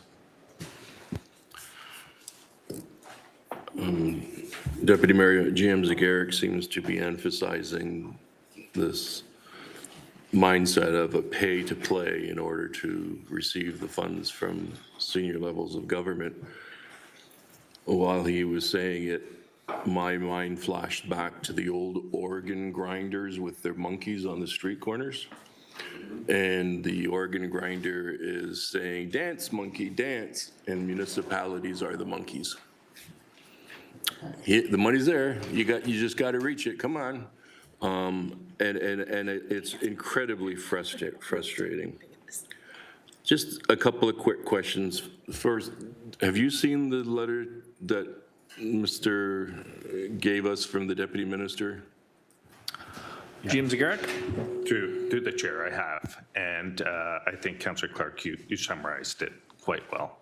The letter made it clear that municipalities aren't required to fund development charges from existing taxpayers and ratepayers. Municipalities can turn to discretionary reserves. Again, non-DC reserves. So for the city, it would be our tax stabilization, unallocated capital, or future fund.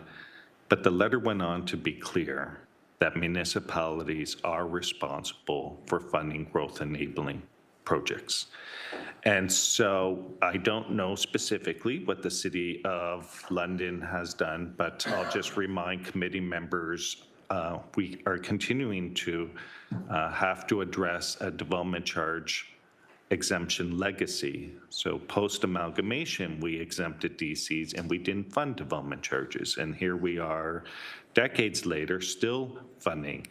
And so my caution to committee and council would be to defer development charges to future taxpayers or ratepayers or to future generations would just replicate the challenge we're currently in, where we are having to offset and fund past decisions, and just clearly it's an obligation that we have and that existing ratepayers and taxpayers have. Development charges are charges tied to growth-enabling infrastructure. This is not a general revenue that municipalities increase to fund other initiatives. These are funds that are collected to pay for growth-enabling infrastructure. And so to the Deputy Minister's correspondence to the City Manager of City of London, it was clear that the provincial government expects municipalities, in the case of City of London, to fund their future growth-enabling infrastructure. And it's an obligation under PSAB. It is, and in fact, it's an obligation under the Development Charge Act. It says the Development Charge Act stipulates we cannot fund discounts and exemptions from the development community. We must fund discounts and exemptions from taxpayers and ratepayers. And again, all taxpayers, ratepayers. We're not funding it just from residential, we're funding it from residential, commercial, and industrial. Councillor? Thank you. $100 million worth of development charges, does that represent roughly 8% increase in the levy? If that was an exemption? General Through the chair, Manager? ballpark, yes, yeah. And I only say that because it's helpful when we're discussing these numbers. So think of $100 million in DC exemptions. That would be roughly an increase of 8% on property taxpayers, or an 8% in reduction in operating money. You can cut and then take that money accordingly. But I think it's frustrating because far too often, some of the politicians and even some of the developers are leaving the impression that we can cut DCs and there's no obligation to put it on the backs of the property taxpayers. The obligation is we have to pay for the DC exemption somewhere. That's the obligation, correct? Through the chair, that's correct. Just to go back to the delegation and to the correspondence, it doesn't stipulate how we collect it from taxpayers, ratepayers. So we have to collect it from taxpayers, ratepayers. The point I'm trying to make is we could finance those obligations. However, in the context of municipalities being asked to pay for infrastructure that's not necessarily a municipality's mandate, whether it's healthcare, transportation related. We can't look at this in isolation of just one issue. We have to look at all of those competing expectations in terms of our debt obligations. And so I don't know what the City of London did, but each municipality is a little different in their circumstances, where we're looking at demands for municipal participation in initiatives outside of necessarily our mandate, which would have an impact in terms of our debt and our debt levels as well. Thank you, GM. One of the suggestions, Deputy Mayor, was funding the DC exemptions from the DC reserve because we have such a big DC reserve. My understanding is that DC reserve is segregated funds specific to future capital infrastructure. So as we receive those funds coming in from the developers, we are in fact building the infrastructure. So if we were to take an exemption out of the reserve, then we would have to cut some infrastructure out of the reserve budget. Is that an accurate statement? Yeah. Through the chair, I'll respond in that I think it's a little simpler in that the legislation says municipalities cannot fund exemptions or discounts from development. Those development charge reserves relate to development charge collections funded by development. And so it's my opinion, my understanding, that we would not have the authority to draw on those reserves because we would contradict that requirement that developers not pay for development charge discounts and exemptions. Thank you, General Manager. We're at the conclusion of your first round there, Councillor. If you'd like to go on for a second time. I have one last question, so if you can come back to me. I can, well, if you have one final question, and let's get to it now, and then we can proceed with the next So round. the financial impact, if we were to defer the 4% increase in the DCs, it looks to me, based on what I'm reading, to be a $2.7 million reduction, which would be a 0.1% increase on the levy or a 0.4% increase on the water rate. So even eliminating the indexing still gets funded from the property taxpayer. GM? Through the chair, from property owners, both taxpayer and ratepayer. Yes, thank you. Okay, thank you very much, Councillor Clark. Moving on next to first-time speaker, Councillor Mark Tattison, please. Hey, Mike. So I'm seeing in my summaries here that the increase that we're proposing here for the DC rates with the Statistics Canada Building Construction Price Index to account for rising construction costs. So when building costs more, we automatically charge more. Is that what that says? We automatically charge more as building charges more? Become Zagarek? higher? Yeah. So through the chair, the intent of indexing DCs is to preserve our purchasing power. And so as the cost of a project increases because of inflation, and staff at the time of a background study and bylaw, we have no idea what inflation will be going forward. But if you don't index the DCs, you're foregoing the purchasing power of those development charge collections in the reserves. And you'll see in the report, we had some extraordinary inflationary pressures post-pandemic, not just the city, just the overall construction industry. So that's the intent for indexing, is to preserve sort of the purchasing power of what we collected towards those future obligations. So could a future obligation be something like, watching in the budget my recreation center that's proposed going from $28 million 3 years ago to $60 million this year? Is that what we're protecting here? Jim? Through the chair, in part as it relates to inflation. If the scope of that project changes, that's beyond inflation, but what we're trying to protect is the erosion of what we've collected as it relates to inflation. Okay. Another question then. Basically, what I'm seeing here is that the DCs, they don't just service new development, they service redevelopment within Hamilton. Is that correct as well? GM? Through the chair, that's correct. And so our last DC background study, $4.85 billion in growth enabling, and that was discounted $1.2 billion for existing taxpayers and ratepayers. So existing taxpayers and ratepayers are expected to pay $1.2 billion in growth enabling infrastructure.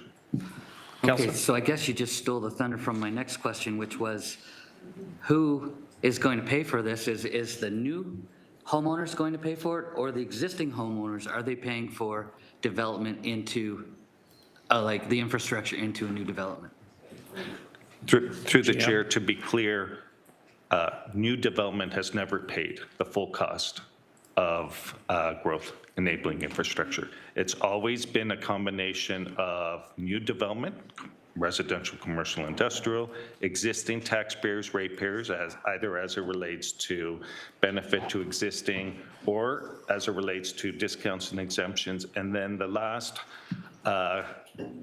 opportunities are grants. And so funding directly from senior levels of governments can provide immediate relief to all, in that those grants have to be cost shared with the development community.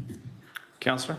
Okay, so just another question around numbers. I was speaking with some developers who are currently stalled in building because they can't afford to build, but their prices just recently with the HST cuts went from the 730s now down to the 640s, which means to me that so many more families can qualify for a mortgage at 640 than could for one at 730. How much of a difference, say on a house like that, would our change here make, or is that not related? If you're able to answer the question, GM, I'm not certain, but you're welcome to try if you wish. I guess maybe some clarification is the developers are seeing rebates right now of $90,000 for a price of a house that's like 740. It's dropping down to the 640s, 650s. Again, does this help the new homeowner purchase? Does this help the developer sell? What's the big effect here? Is it like $3,000 on a charge for a new resident? I'm trying to understand, as opposed to the collective of us all paying. Fair enough. Leave it to the general manager if he understands the question to do his best to answer. So through the chair, based on a single family, it would be about $4,000, a little less than $4,000. As to who that benefit accrued to, I don't know that we would be in a position to say, will it be passed on to the purchaser? Will it assist the developer builder in terms of their ability to to proceed with the sale of that property, and that it'll help their margins in order to moving that stock forward. So short answer is I don't know that staff would be in a position to be able to identify who would benefit or accrue from that. And I think that is the question, who does benefit? And so thanks for that. I will listen to the further discussions and make my decision accordingly. Okay, thank you for that, Councillor. We're going to the second time speakers list. My apologies. Oh, my apologies, Councillor Alex Wilson. I did not adequately respond to you being on the speakers list. Apologies. You have the floor. That's all good. Just a quick comment from me. I think $2.7 million is a very expensive message, and I don't think it's been one that we've been asked to send. If we want to participate in new programs that are being launched, I encourage anyone to move a motion at GIC or a future council meeting to say to the federal or the provincial government, hey, we're happy to participate in a program. We'd like some specifics. Please don't think that we are not interested. We are incredibly interested. We just want to have some details because we respect our taxpayers. And so we don't want to walk into anything with no information. If that's someone's prerogative, I think that's a really appropriate motion to move. But I don't think kind of going in favor of a discount here with the hope that it sends that message is a responsible use of that kind of 2.7 million if it's to spur housing or other things. But I think one of the justifications that's been put forward is that it sends a message to higher levels of government that we're participating or we're game to participate. And I think there's much cleaner, clear, and cost-effective ways to send that message. Thank you. Okay, thank you. And again, apologies for not recognizing you properly, Councillor Wilson. Now we're moving to the second time speakers list, beginning with Councillor Cooper, please. Thank you, Chair. A question for the General Manager. I was captivated by the conversation you and Councillor Spatafora had around maybe an opportunity to use more of a nuanced approach when it comes to the different kinds of, I'll say, DC charges for different sectors. Okay, and maybe it's not 4% across the board, but there's more of a looking at where the different sectors are and building up to whatever that number is. I know you mentioned the idea that might need some time to look at it. I'm wondering if there may be an opportunity where there's an option 3 here, which is this nuanced approach around allocating out the indexing, and instead of across the board approach, maybe something different. Would that be something, given some more time, that you could bring back as a third option? GM Zagarek. Yeah. Through the chair, firstly, I don't know that I've ever captivated any audience on the subject of development charges. We could take that away. I don't know the answer, so I would need to take that away both with finance staff as well as with legal staff. Okay, Councillor Cooper. First of all, glad to know it was a unique experience for both of us. I also, I guess the other question would be is when is this index need to take place? What would be the start date for the indexation? So through the chair, it's going to be tied to the bylaw. And I don't know if the bylaw stipulates, and maybe a member of staff can just clarify for me if the bylaw stipulates a June 1st date, 2026 date. We'll just seek verification from staff. Which staff were you referring to, General Manager? Through the chair, I see Director McMullen. Very good. Thank you so much, Brian. Good to see you. Please introduce yourself, and then perhaps you can offer some clarification of the enactment date for the bylaw. Yeah, so through the chair, Brian McMullen, Director of Finance Administration, Investments and Special Projects. This change is reflected in the DC bylaw 24072, and it would take effect on June 1st, 2026. Okay, so there's your answer, June 1st, 2026.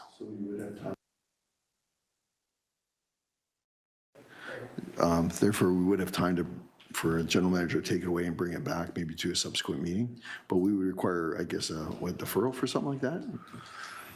So I think, are you asking two questions? Number one, were you asking if there was enough time to have this sent forward and brought back and still meet the deadline for the bylaw enactment? So that is a question that I would have to look to either the director or general manager to answer first. And then we can seek clarity on the procedural question that you've asked as a follow-up. GM? Yeah, through the chair, I know our general intent is to message out to the development community what our intention is earlier than the June 1st. So we can take that away in terms of whether a May date is effective and if there's any other operational requirements. But again, happy to take that away if that is the direction from committee. Thank you. Okay, and then the second one was procedurally, whether or not it would be considered a referral or deferral of this item. And I would look to my legislative coordinator to offer assistance on the proper language for that. Through the chair, if you could just confirm once again the intention. Are you sending this to staff? It would be going to staff. Okay, so then it would be a referral for report back on May 7th. AFNA? Is that the intention? So through the chair before council, I can take that Before date back to staff and see whether or not that's achievable. Okay. Okay. Okay. Okay, you have your answer there? So that would involve a referral? That was a referral to staff. And I couldn't do in advance of council. And clarity over whether or not you are able to make that referral. We spoke already. Yeah. Yes, I believe they've removed the rule that members who have spoken to an item cannot refer or defer has been removed from the procedural bylaw, I believe, but just let me confirm that. Okay. Because if that's the case, then I'm happy to refer it. Okay, so I think we'll put a pin in that for a moment while we seek clarity on that procedurally. And that gives me the opportunity to go to Councillor Huang, who's on the second-time speakers list, and I do have Councillor Maureen Wilson on the second-time speaker list following, and I do know that Councillor Clark has indicated a wish to offer comments upon the conclusion of questions.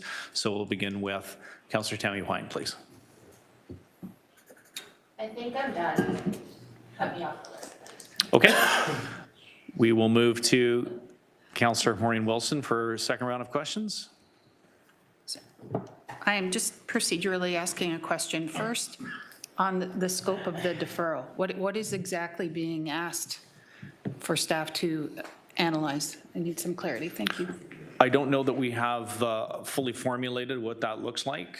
First, we're seeking clarity on whether or not it's not on the floor as of yet. We are seeking clarity first as to if the referral can be made due to upgrades and changes in the procedural bylaw by the person who's already spoken to it. So we're double checking on that. And at that time, then there will be an option for what to do in terms of if a referral will be made. So at this time, we're just asking second round questions in the second time speakers list. If you have some, you're free to ask. Thank you. Obviously and always, I will abide by your ruling. I don't know if it is in scope, but there's been some conversation about the cost of not indexing and the cost to be borne by either future and or existing ratepayers. But it may be a little academic, so I'm asking through the chair to GM Zagaric, the cost of more of the same. I think what the development community would argue is that if we continue this lag, which is a very gentle way of saying where we are right now in construction of residential, we are also not generating taxation within the system. Builders are not, when they're not building, they're not, supplier is not selling.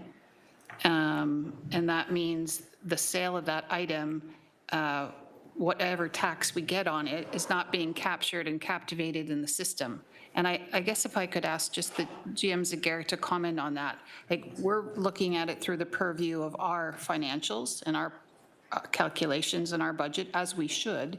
But I think the argument is being made that it's pretty dire. And on a macro level, it means that there is not as much public money being circulated in the system. if you could comment on that through the chair. Okay, General Manager? So through the chair, I'll go back to an earlier question regarding, I believe it was Councillor Spatafor asking, are we continuing to proceed with our capital plan irrespective of where growth is trending? We aren't. We're adjusting, and that in part helps to mitigate any risks for the city in terms of stranded assets or having to go to existing taxpayers and ratepayers to offset the costs that we're not realizing in terms of development charge revenues offsetting that. So in part, we are trying to address it through our phasing or staging of our growth projects. The unknown is if we pull any of these levers, what the outcome is going to be in terms of development activity. And that really represents an unknown for municipalities. What we can only do is reflect backwards in terms of what we are experienced in 25 and what we see year to date for 2026. But it's unclear how any of these measures may assist with addressing existing stock that hasn't sold and isn't occupied versus future growth. So that represents an unknown and a risk to municipalities. Yep, thank you. I appreciate that. I guess my thinking is when we develop, and obviously my preference, and that's a different argument of where we develop, but when we develop, we are circulating, we are injecting money into a system. And that money in the system benefits our ratepayers. It benefits our small business, it benefits our skilled labor, and that, I guess I'm trying to figure out, that is not and can't be calibrated in your assessment because we're having to look at it from a municipal ledger sheet. And I think that is the concern that I'm hearing is if we're not building, we're not able to inject into our market system that money, which is a consequence of development, which helps our ratepayers as well. So just a comment. Yeah. So through the chair, the last comment is accurate. If we see growth, whether residential, non-residential, there is a benefit in terms of taxation revenue as well as those broader benefits in terms of a more vibrant municipality, both economically and otherwise. The challenge that staff have is we don't know if we pull on a lever what the response will be. So if we were to discount development charges by 50%, will that trigger 2,000 residential building permits to be issued? Commercial and industrial development of 1.5 million square feet, 2 million back to some of our pre-pandemic experiences. If we knew that information, it would be a little clearer in terms of what the outcome or output would be from these various levers and how hard to pull on the lever. The other complicating factor is we're talking about housing in general. When we do something for new development, there's going to be a consequence to the existing resale market. And so we're also mindful that if we do something for new development, that could dampen the resale market as well. And so we're just mindful of that in terms of how hard do you pull on that lever so that there aren't consequences to other property owners and more specifically the resale. So if you discount new development to the point now resale market has to lower their pricing, and now you have erosion in equity for existing property owners, and there could be a reaction or response to that as well. Okay, thank you. Councillor Clark, you're up next, please. Thank you. I think this has been the longest debate we've ever had on the indexing of development charges that I can recall. We touched on several areas, and it's not as cut and dry as some developers are asking us to consider. It's not only the development charges that has caused an increase in housing prices. As a matter of fact, the increase in housing prices came about because of a hyper-inflated economy with much lower inflation or much lower interest rates from the banks. And as soon as you were paying 1% for your mortgage, and they're basically giving money away, people were buying $1.2, $1.3, $1.4 million houses. Housing prices all went up across the board. My housing price went up from $600,000 to over $1 million. And I did absolutely nothing. And had nothing to do with development charges. It's the market value. We have provided a 20% exemption in development charges. To date, there has been no tangible change in building starts that could be attributed to the 20% reduction. None. When we develop through our background study what the DCs are going to be, we need to remember that approximately 20 to 30% of the DCs will be paid through property taxpayers, because it's a community benefit. They're building a new community center for this new development. Well, not only do this new development get to benefit, the community itself that exists gets to benefit, and as a result, they're paying more property taxes. The challenge becomes we're trying to balance that against assessment growth and the impact on property taxpayers. So if we lower development charges, no guarantee there's going to be more development. But there's no doubt that there is a reduction in the housing market right now that I would argue is a direct result of many other government decisions that had nothing to do with the municipality. And so if we're not seeing any building, then our assessment growth goes down. But even if we're seeing building, then our property taxpayers are still paying 20% of those DCs, roughly.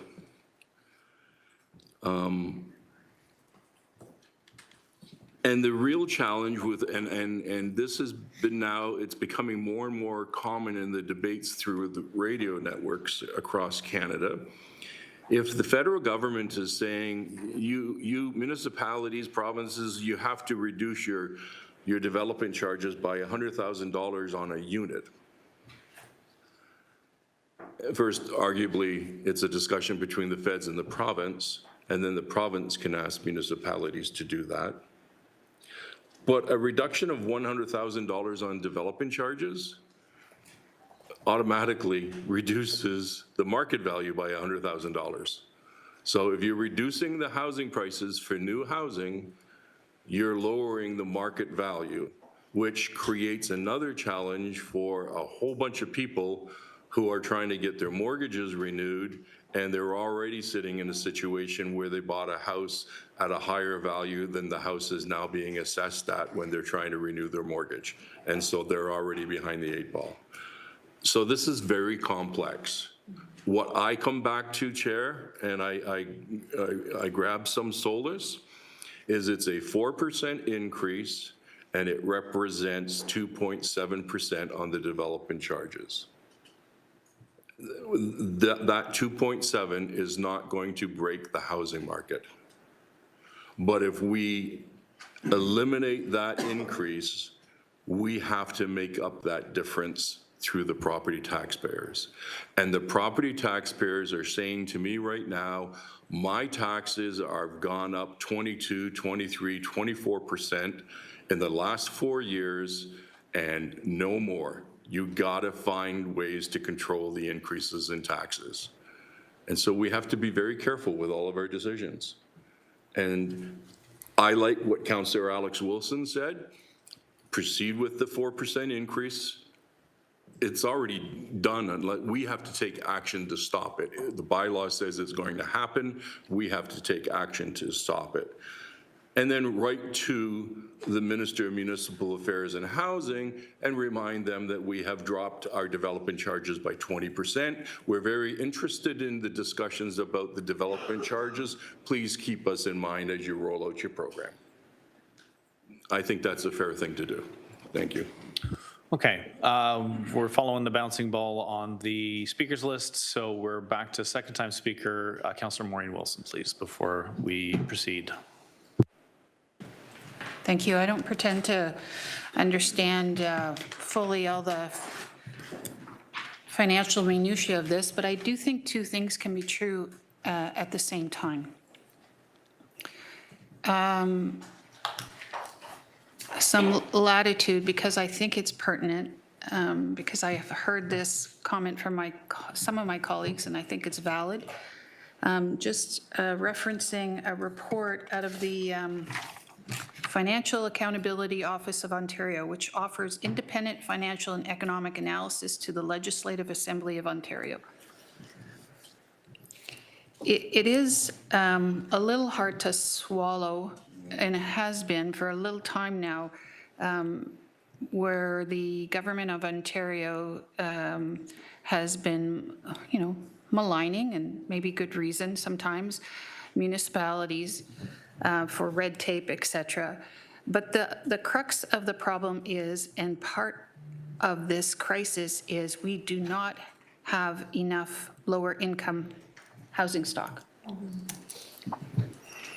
So there's over 1 million households that need subsidized housing this year, 16.8% of all households in Ontario. And since the pandemic, 150,000 more households have fallen into need. Looking ahead, this independent office says that 1.13 million households will need subsidized housing, and only 8,000 of them will receive support. Housing costs are expected to continue to rise faster than incomes, and our own Association of Municipalities of Ontario is warning that homelessness will double in the next 10 years. Today, the Government of Ontario is spending less than 0.1% of its budget on subsidized housing programs. Also, we know that cost of a home, my last look at it, 34% of it is taxation. And while I respect the comment on what the housing is doing, and if we change the landscape for existing, we have a crisis of young home owners.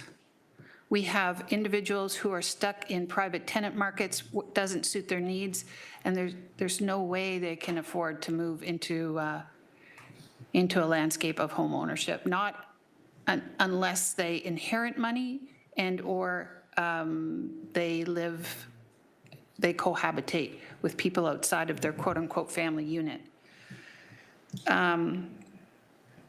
So I am, and I understand the concern raised by some of my colleagues, but I also know we are in a crisis right now. Developers are not developing. And that means that there is less money being injected into the public system, which is used to build and service things that our residents need and support. So if there is a deferral coming that will look at a more scoped index formula, happy to hear it. But right now, I think we have to be sending a message to senior orders of government that we want to be at the table, and we need to send a message to our local developers. We need to send a message to plumbers, to painters, to electricians, that we understand that there's a crisis and we need to come to the table. Thank you. Thank you, Councillor. I believe that there are no further second-time speakers, but I do believe that Councillor Pauls is in an opportunity to make a referral, Yes. and that the nature of the referral pertains to sending this back to staff, seeking clarification on the ability to break this down by sector in terms of residential, commercial, et cetera. With different options there, and also seeking clarification or seeking additional clarification from higher levels of government as to the funding announcements, which are still ambiguous at this point, and that there may be an opportunity to bring more information back to this body as it pertains to that by the May 7th AFNA. Is that what I have written down as your referral? Councillor Beatty, thank you for saying it all. That's what I was going to say. We want to know all the unknowns. And I heard GMZ say that there's a lot of unknowns. And in May 7th, I guess it was, so we will know. May 7th is the next AFNA? Yeah, Okay. another alternative. So I'll pass So that. that has been put on the agenda with Councillor Cooper as the seconder. So we would be speaking to the instructions only at this stage, and I'm looking to see if there are questions to the instructions. Councillor Clark, please. So I'd like to hear from staff in terms of what they understand the scope of the request is. Okay. GM Zagaric. So through the chair, I'm a little embarrassed. I was reading a email as the chair was reciting the directions. So if the chair can recite the direction, please. Tisk. Okay, so. We're busy city. We're doing many things at once, so. It's okay, multitasking is good. The two asks in the referral were the feasibility of a breakdown by sector, residential, IC, et cetera, in terms of the index application. And then the second would be to give an opportunity for clarification about the funding announcement made in cooperation with the federal provincial governments, if there was additional information that may be available that could be brought back to this committee by May 7th. So through the chair, with respect to the first part, we can review whether or not municipalities have the authority to adjust the indexing to a particular sector, like residential versus non-residential.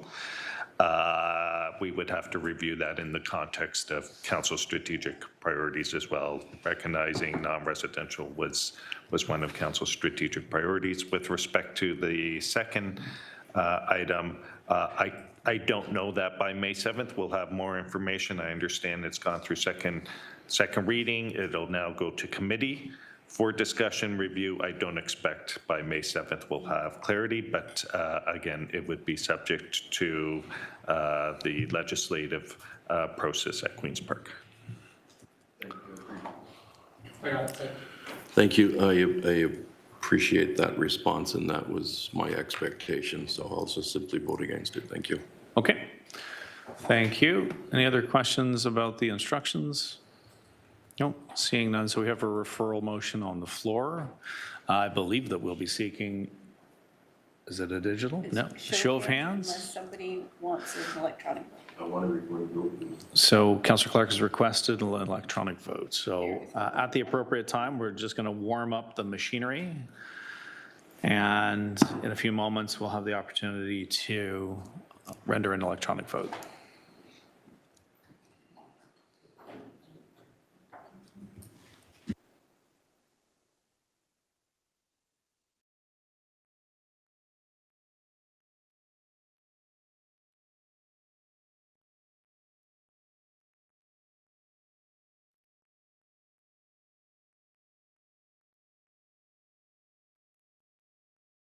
And the vote is up. Please indicate your vote now.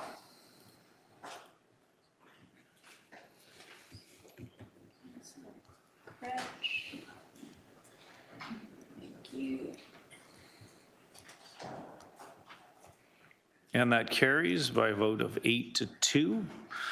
So, folks, we're now moving on to 7.2, which is Sorry, I have to receive the correspondence first. My apologies. If I could have a mover and seconder to receive the correspondence as it pertains to FCS 26032.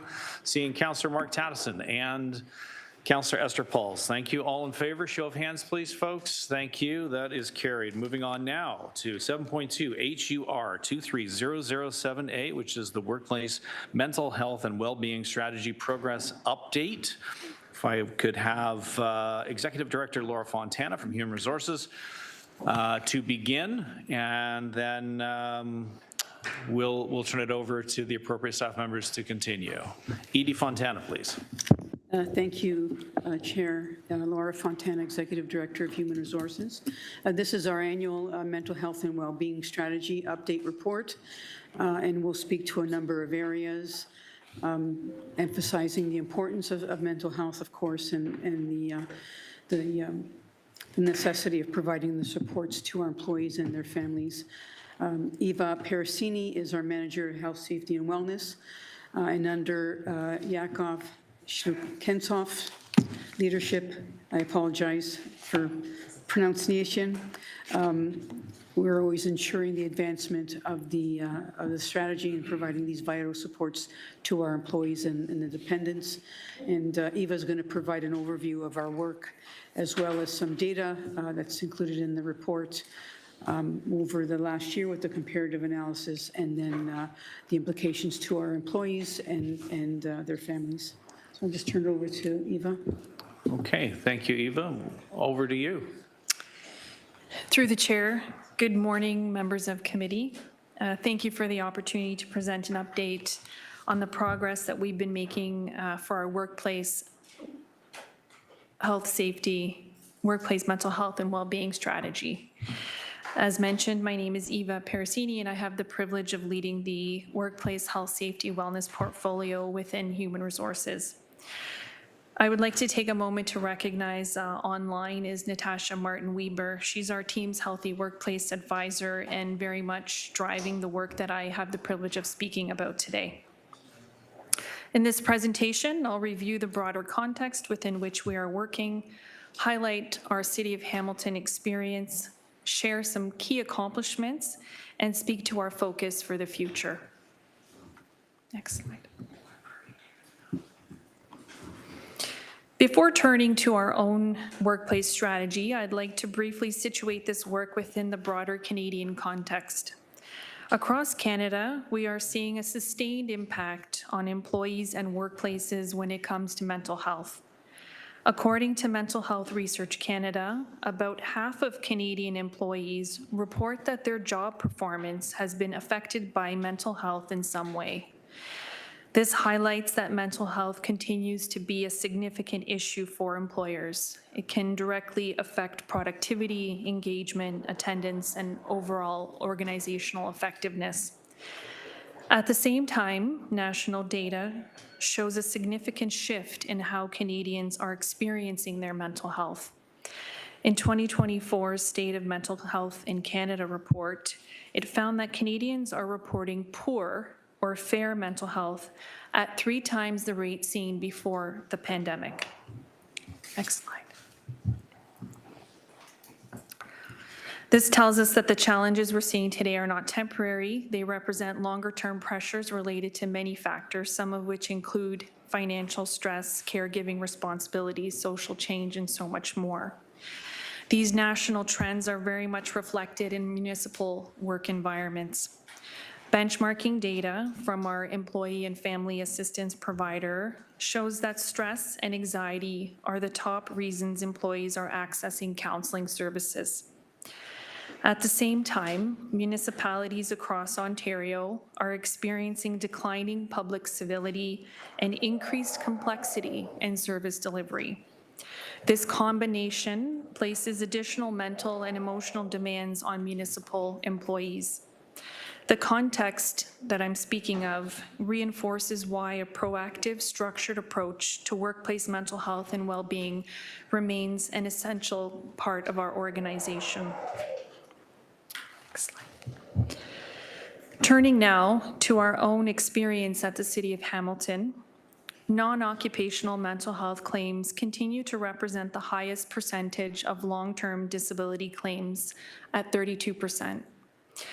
While this is below industry standards, it remains an important area of focus. Counseling is the most utilized service through our Employee and Family Assistance Program. Psychological concerns, particularly anxiety and stress, are the primary reasons employees are accessing counseling. This reflects the same broader trends we are seeing nationally and at the municipal level. This table illustrates in more detail the reasons that employees have accessed our Employee and Family Assistance Program over the last 3 years. Psychological concerns consistently account for approximately half of all counseling usage. At the city, we are seeing an increase in mental health injuries in our workplace. Mental health remains one of the top 5 lost time injuries, with a 12% increase from 2024 to 2025. Overall, when we add into that number first aid and healthcare reports, we continue to see an increase in reported mental health injuries. As you can see from the table, we are experiencing on average about a 35% increase year to year. These numbers may reflect greater awareness and understanding of mental health and a reduction in stigma, therefore increased reporting. Further insight can be gleaned from the number of critical incidents that are impacting our workplace. We are seeing increased requests for critical incident peer support and crisis management services. To give us some insight into what is happening across the organization, we can now begin sharing data collected through our R-Zone program. The R-Zone policy launched across the city late in 2024. It's designed to promote appropriate behavior when members of the public are interacting with employees, and reports are filed when there are incidents of inappropriate behavior of varying degrees. Since its launch, we've received over 330 internal R-Zone reports. Over half of those reports were nonviolent in nature. For example, there were unwelcome or disrespectful comments. Approximately 16 were reports that had the potential to become violent. For example, behaviors that were causing fear or hostility. And approximately 14 of those reports involved violence, for example, a physical assault. The balance were reports of illegal activities happening at city properties. As you can see from the data we are collecting, there is an ever-present and growing need to continue focusing on how we can support employee mental health and well-being. The city's first formal strategy dates back to 2016. The current strategy was approved by Council in May of 2023 and aligns with Canada's national standard for psychological health and safety. The strategy focuses on 4 key areas: embedding the strategy into our culture, leadership support, employee accountability, and facilitating access to resources. Our approach over the course of this strategy has focused on sustaining the foundational programs we have available while continuing to build and improve. In the next slides, I will share high-level accomplishments and updates for each strategy area. One key area of progress is embedding the strategy into our organizational culture. Within this strategy area, we have reviewed and updated the mental health and well-being policy to ensure it's using plain, inclusive, and accessible language. As well, with support from the senior leadership team, the Psychological Health and Safety Action Committee was reestablished, building on the work of the previous Mental Health Action Committee. The committee brings together employees and leaders from across departments, and it's focused on advancing psychological health and safety in a coordinated way across our organization.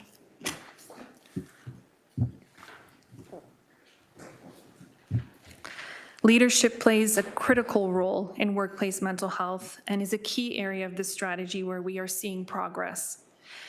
The city continues to deliver the Working Mind for Managers, an evidence-based program from the Mental Health Commission of Canada. The training focuses on reducing stigma, recognizing signs of declining mental health, and supporting resiliency. We have, over years, built an internal team of certified trainers. Recently, we added 8 new trainers in human resources. As of the end of 2025, over 470 leaders have completed the required training, and we continue to receive positive feedback ratings. This learning is vital to helping leaders feel confident and capable supporting their teams experiencing mental health concerns and challenges.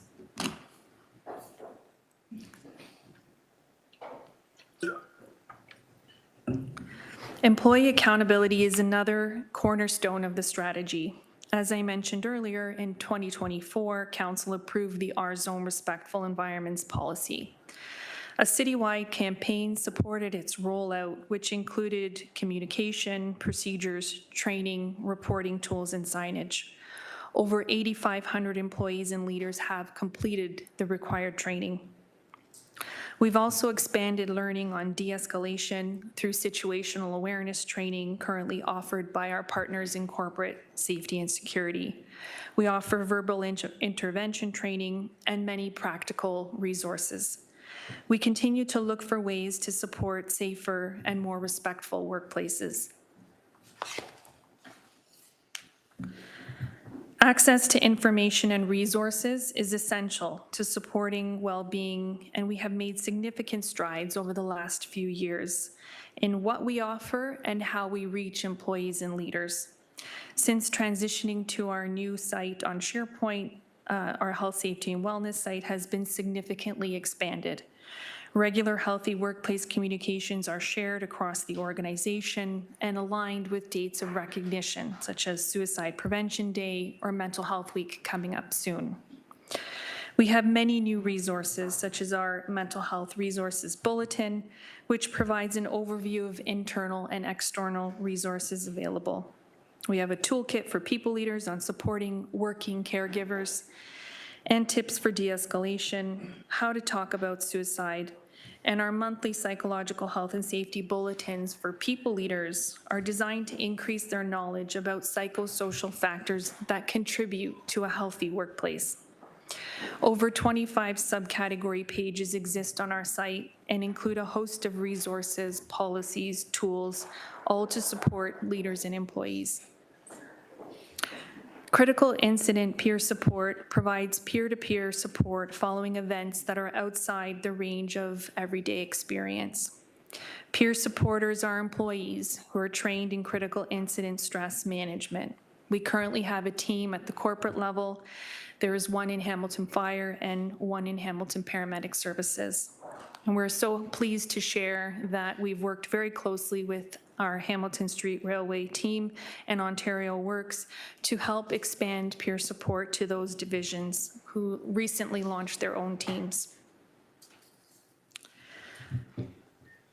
Looking ahead, we are now working on developing a new strategy that we will bring to Council for approval early in 2027. The new strategy will be informed by key data, outcomes, and opportunities identified on our journey implementing the current strategy, as well as new insights we gain through benchmarking and research.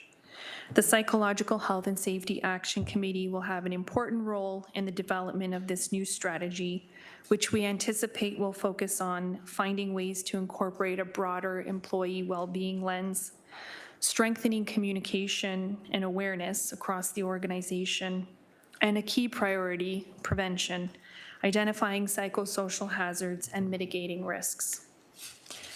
And with that, I'd like to thank you for your time today and happy to take any questions. Thank you very much, Manager.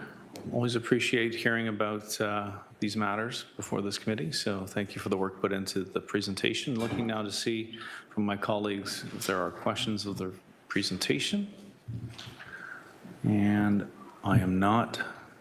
I think I'm seeing one in the back corner there. Councillor Mark Tattison, please. Is it possible just to go back to slide 5? And I just wanted to get an understanding of, you had 6 different issues up there, and mental health was by far the greater one, but I'm just saying, like, if we have marital status or marital, is mental health a part of that? Okay, here it is. So see where we have psychological there. All those other issues contribute. Is that adding up those as well, or is that separate? Like, if someone has addiction, did we include them in psychological? If someone had a family crisis, did we include them in psychological, or is that just separate? Manager? It's through the chair to the councillor. That is a separate sort of line item that most frequently has to do with stress and anxiety. Okay, Councillor? Okay, you know what? I'm good with that, thanks. Thank you. And I'm looking to see if there's any further questions. Seeing none, thank you so much for being here and for your presentation, your hard work on this. We're going to move now to item 7.3, which is HUR 26005, the Annual Employee Absence Report 2025. And I believe I'm looking to see if there's any questions of this report from committee members.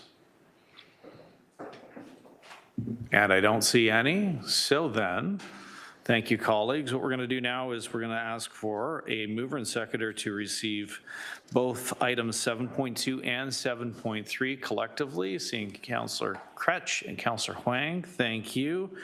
Any questions on that? Seeing none, please indicate your vote by a show of hands. That is unanimous. Thank you all. Okay. Item 8.2 has been moved to after the closed session, so we're moving on to motions, which is item 9, beginning with 9.1, which is financial accountability in the administration of grant funding, which is a revised motion. Councillor Kretsch, please introduce your motion and your seconder, please. My seconder is Councillor Huang, and I won't read it out since it was a notice before and now a motion, so it's been on for an eternity. I just want to briefly summarize. This is pretty straightforward from my perspective, and I think there's been some confusion about this, so hopefully my 2 or 3 sentences will clear it up.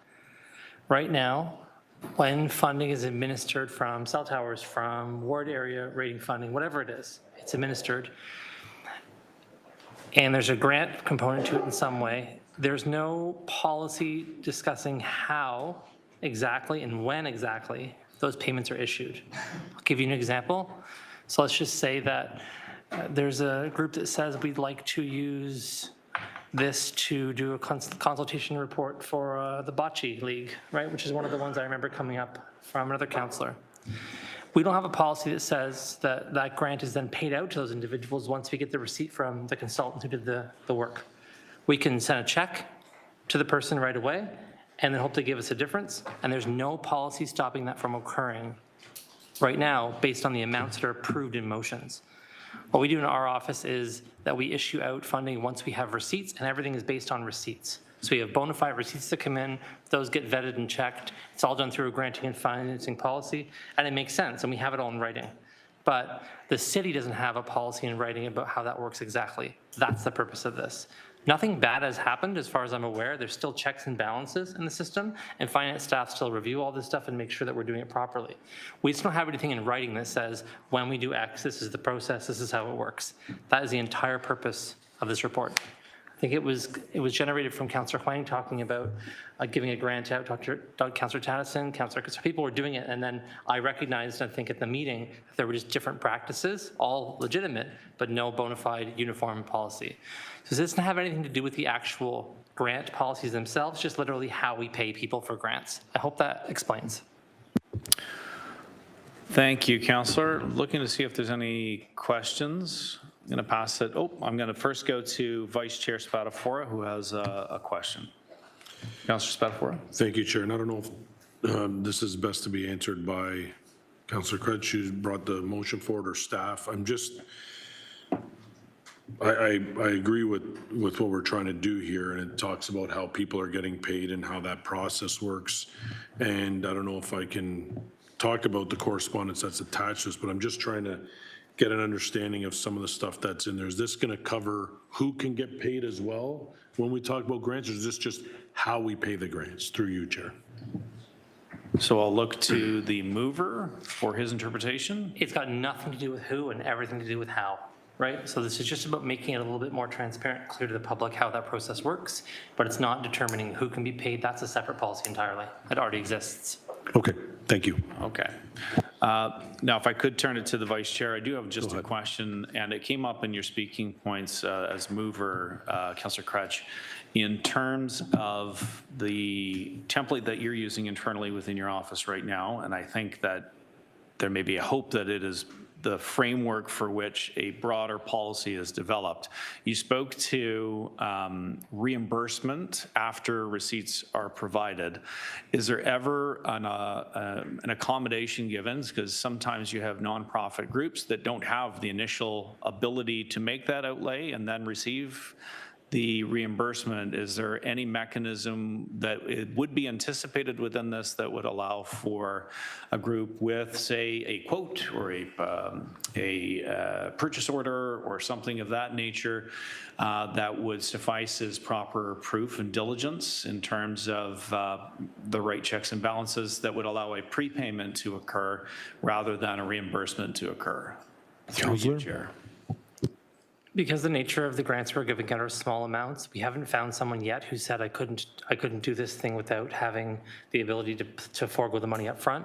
Plus, we're very strict about it, saying like that's just not a possibility. You have to provide the receipts. And again, we're talking about smaller grant amounts. I know when it's coming to larger projects like you're talking about, and sometimes it's somewhere on the agenda today where they're larger and they have quotations and things like that, that could probably happen. I assume that staff will look at that during the policy. Just at my level in my office anyways, and what we did with grants and finance staff, we have kind of a policy where we don't do that as far as I know at all. We make sure that we have the documentation we need before we issue the payment.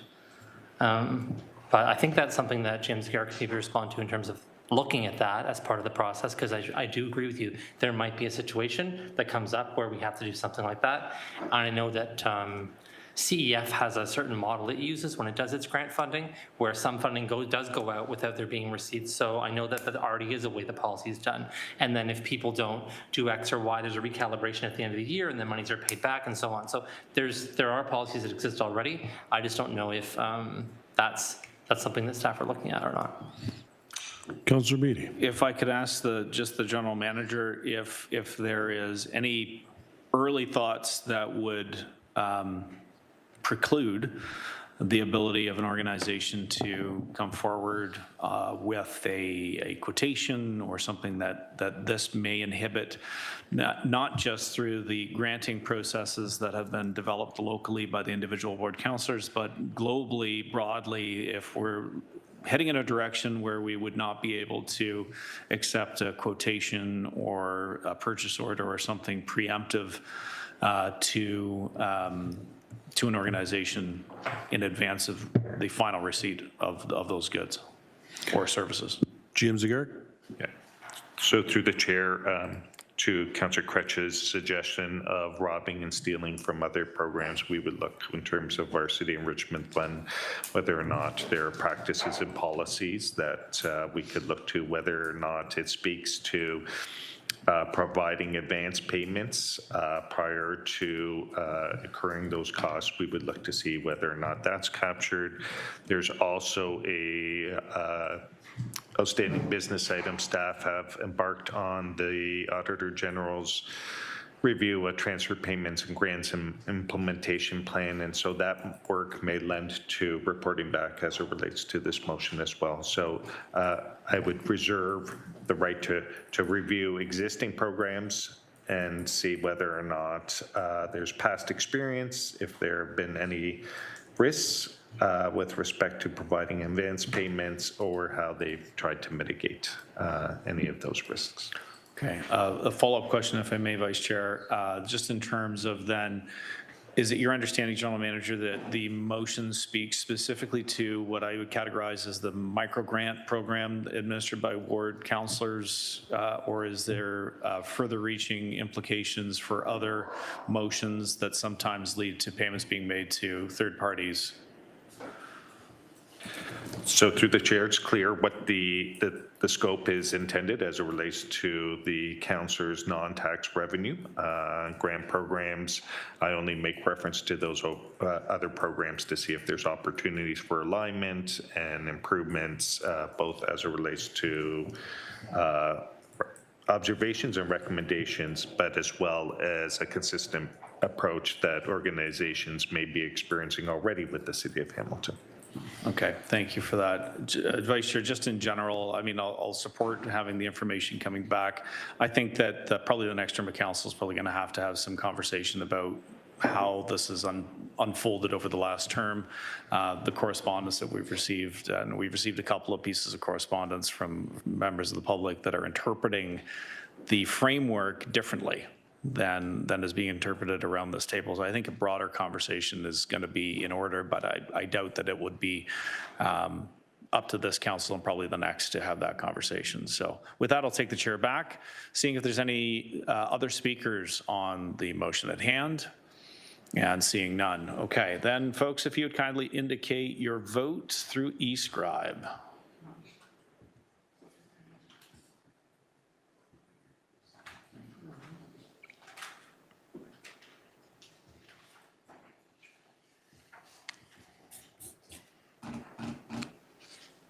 Waiting for Councillor B and Councillor. Yeah, it's not showing up here.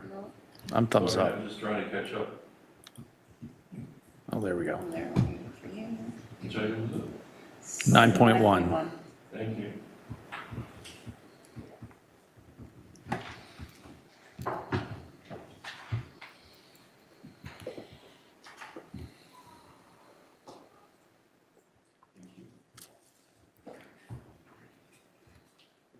Thank you.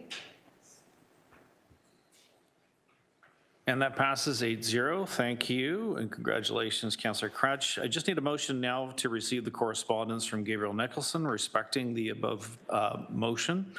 If I can have a mover and seconder to receive. I see Councillor Tammy Huang, Councillor Mark Taddison. Thank you. All in favor by a show of hands, and that is unanimous. Thank you, folks. We're moving on now to 9.2, which is the Golden Horseshoe Live Streamers Education Pavilion motion. Councillor Huang, please indicate your motion and seconder, please. Thank you. This is moved by myself. I am seeking a seconder for this. This is for the Golden Horseshoes Live Steamers, not the streamers, the steamers, educational pavilion. For those who have ever attended the Steam and Technology Museum, there is a wonderful nonprofit volunteer group, mostly made up of retired model train operators. They actually build and maintain these steam engine trains that go around a track. It is so lovely. They do this on mostly a donation-based system. They are mapped very closely with the Steam and Technology Museum because of, well, I think steam trains and steam technology. I think that those make a lot of sense. They've been around for a significant amount of time, but through their donation process, they have managed to pull together a little bit of money to help with the storage and the facilities on the property. But they did ask for a little bit of extra help to facilitate a roof structure that might go over top of 2 shipping containers. Their intention is to create an educational pavilion so that we can have further educational programming. So this motion is seeking $15,000 from the Ward 4 capital discretionary account, not to exceed $15,000. And my hope is that committee will support this opportunity. Again, I am seeking a seconder to support this motion. Councillor Crutch has agreed to second. Has agreed. Okay, thank you so much for that. I have first-time speakers now going to Councillor Brad Clark, please.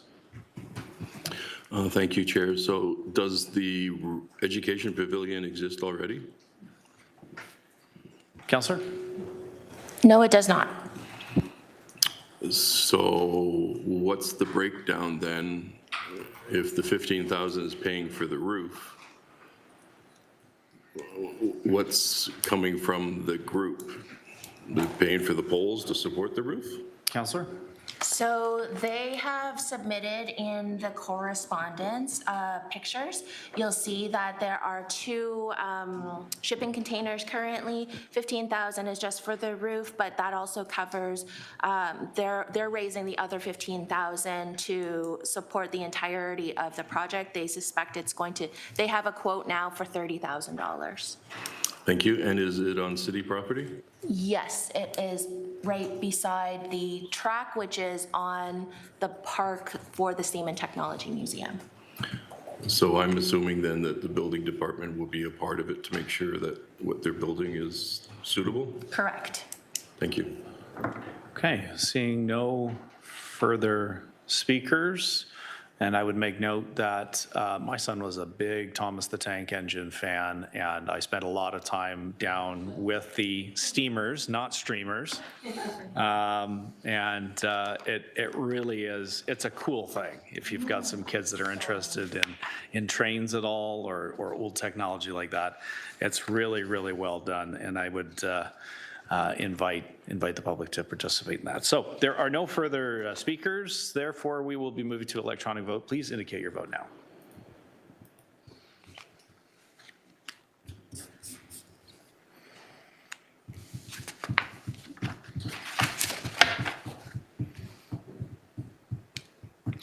And that carries 8-0. Congratulations, Councillor Huang. I now need a motion to receive the correspondence from the Golden Horseshoe Live steamers. If I could have a mover and seconder, seeing Councillor Huang and Councillor Tattison, thank you. That is a hand vote. Please indicate your vote now. All in favor? Receiving the correspondence. Thank you, folks. We're moving on now to 9.3, which is the play structure replacement at Inasmuch House in Ward 2. Councillor Kretsch, please indicate your seconder and introduce your motion, please. Seconder is Councillor Maureen Wilson. And this is the first of a series of motions that I'm basically doing for the entire year. So I'm trying to get ahead of the campaign period and not be doing approvals then. So there's a massive number of things. We did our granting programs and capital programs all before May. This one's separated out because, and they're not here, they couldn't make it, but they wanted to come and delegate. So we separated this out so they could do that. This is replacing the play structure there. For those who don't know about Inasmuch House, it's a place where people who have experienced violence will go as a shelter. It's a secure location, and I've toured the location a couple of times. We gave a minor investment to help with the children's area inside because women and their children will go there to flee from domestic abuse, and the play structure there is in very bad shape and want to be able to have something for the kids who are in a pretty bad situation to be able to play on. And there's no chance that Inasmuch House has the funding to be able to do this. This is part of the same program we use to support the YWCA, the YMCA, when we had the fire above the residences there, and then there was money through the budget process of about $300,000. This is all part of that same program that I'm doing this through, just so people know. The rest of the information is in the motion, but hoping for your support. Thanks. Okay, looking to see if there's any questions. Councillor Clark has the first question, please. Thank you very much. So this property is owned by Mission Services of Hamilton. And what role is the city going to play in the procuring of the play structure and the installation, or is it all on Mission Services to do? It's on Mission Services to do. Thank you very much. Okay. If I could turn to the Vice Chair for a quick second. Go ahead. I'm just seeking clarification. Normally, there's an address listed here, and it does say Ward 2, but there is no address listed. Purposely, because it's a confidential location, because women who are fleeing from domestic abuse don't want their address to be identified. Thank you. That seemed like an anomaly, but that explanation is important. So thank you for that. Take the chair back.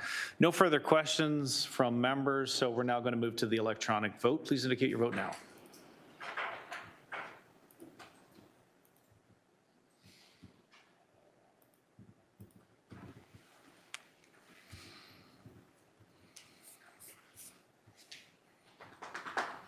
And that carries 8-0. Congratulations, Councillor Kretsch. Moving on now to 9.4, Ward 2 Community Grants 2026.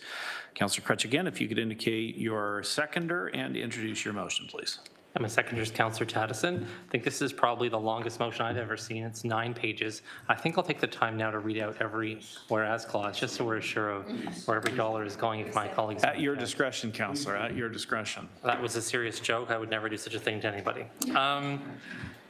This is us doing our quarterly grants program through one lump program this year, so the $100,000 of discretionary funding we have, and we got about $300,000 worth of requests. So it was a competitive process in terms of people asking for things, and some things were able to be done elsewhere, but this is basically us taking all 4 quarters and putting them into one, because we want to make sure that we can get the grant program administered without doing stuff during the election period. So that's why it's being done in one lump sum. I'm not going to read them out. There's lots of worthy causes, and I'll leave it at that. Okay. Any questions? Seeing first, Councillor Clark, please. Thank you. And to prevent me from having to sever and vote on each item separately, I do have several concerns. Some of this funding is for, it seems like an independent corporation. Some are for not-for-profits. It is really crossing all over the place. And I get that over time, Deputy Mayor, that I just promoted you, that the program seems to have morphed from its original intent of capital to what is classified as social infrastructure. But I think it's gone too far now, and I can't support it, so I just oppose the entire thing. Thank you. Okay, looking to see if there's any other first-time speakers. I'm going to see Councillor Mike Spadafora, please. Thanks, Chair. And I, similar to what Councillor Clark said, I know this isn't the first motion that's come, like we've had a bunch. So I just wanted, and again, the correspondence in the earlier motion triggered me to ask some of these questions. So I'd want to ask GM Zagaric, when motions like this come forward, does staff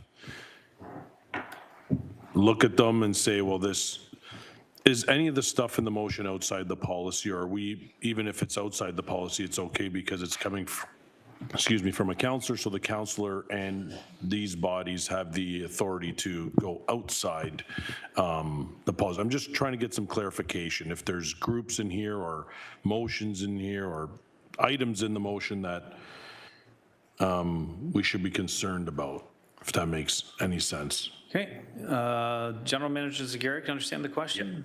Through the chair, I'll speak to general terms. I'm not intimately familiar with respect to the motion before committee. Is in general terms, elected officials often share the information with respect to motions with staff, including finance staff, to review as relates to available funding and adherence to the policy. And there are some related information that can be submitted just to confirm alignment with the policy. Staff then review and make recommendations. For instance, if it does not adhere to the policy from time to time, there's been consideration by council to waive the policy, and we would propose language to be added in to the motion identifying where there is not alignment to the policy and requiring committee and council to waive the policy. Councillor? Thanks for that. So in any of these community grant, again, I'm speaking in general. I'm not speaking, this motion is just helping me ask the question. So it's not just a question in regards to Ward 2, but if there are items in the motion that are outside the policy and staff hasn't seen where that money is going or who it's going to, how do we know that we don't need to have stipulations that, what I'm trying to say is if this motion has areas that are outside the policies and it doesn't say anything in the motion, and I didn't read the whole 9 pages, so maybe it does say it, that we're waiving parts of the policy, who's supposed to flag that if you haven't flagged it? General Manager? So firstly, we would hope that the elected officials would know if the beneficiaries would cause the requirement to waive the policy. If it's not clear to staff, in particular finance staff, whether or not that's been considered or reviewed, we would flag it, inquire and ask, and if necessary, suggest wording to be included in the motion. Okay, and again, this came up just because of, like I said, there was the correspondence I was seeing, there's certain people out that could be getting money that are not supposed to according to our policies, and I just wanted to, so the finance staff through you or the mover have vetted every person on this motion, and finance staff is okay with that? So through the chair, I don't know with respect to this motion that's before, whether finance staff have vetted every organization. I don't believe finance staff, it's our practice to vet and review every organization, confirm they're a not-for-profit, confirm, They're in the city. again, it is, based on what is presented to staff, we review to see if there's alignment, if there's any red flags in terms of needing to waive policy or questions with respect to adherence. We would provide that feedback to the elected official, and then we would work with, I should also point out clerks, we would work with clerks in terms of the motion that is ultimately presented to committee and council. Thank you. I'd like to give, if the mover wants, the ability to just, thanks. Respond, okay. Duly noted. Councillor Cratch, please. Yeah, just to be really clear, this program has not changed or morphed at all since the very first day that we started doing this. This is exactly the same types of things that we've been applying since day one that I started doing this program. And every single applicant, so this program was developed in cooperation with finance staff and all the grant staff.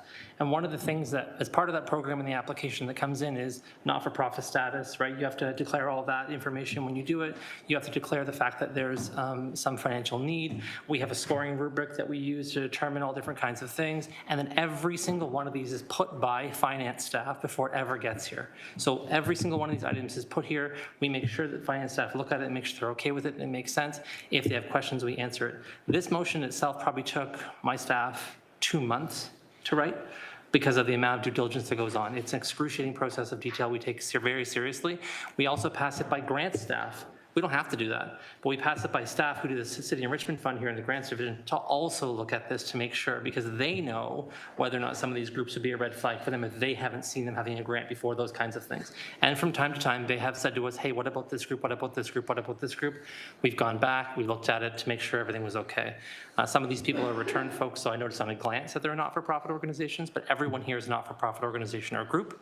And as we discussed in the very first time this came forward, when we had the very first debate about this, and there were like, I think 7 debates about this, this conforms exactly with the city's policies on grants, and it's coming out of that policy, and staff have not flagged these things as being against any policies, this motion or the next one for that matter.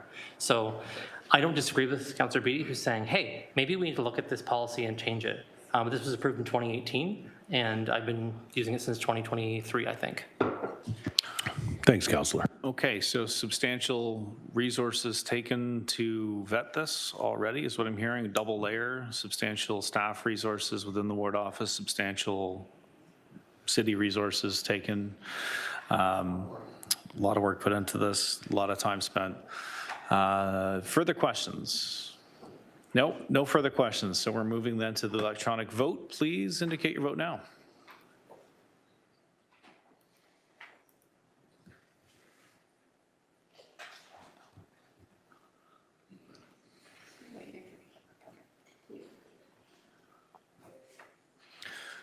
And that passes 7-1. We're moving on now to 7.5, very similar motion.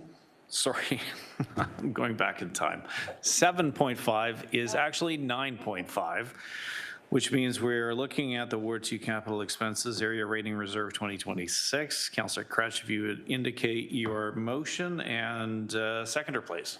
Seconder for this one is Councillor Alex Wilson, and this is similar to the last 2 motions.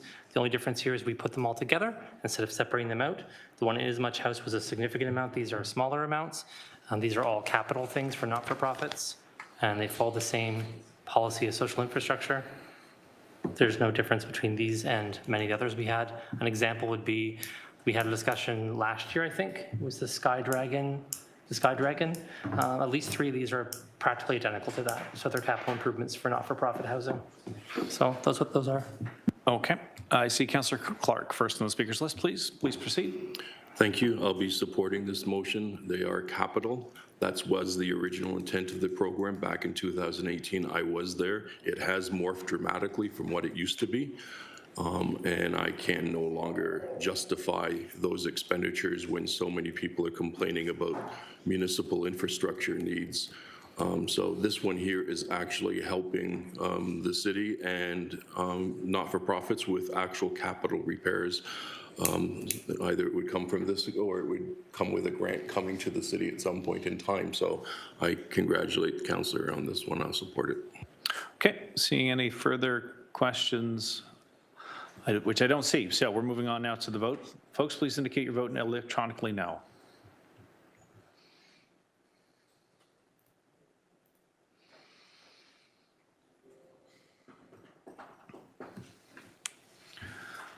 And that passes unanimously 8-0. Congratulations, Councillor Kretsch.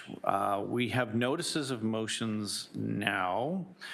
Empowering tutoring program for Sudanese newcomer youth. This is 10.1. Councillor Huang, I understand that you'd like to put forward a motion to suspend the rules.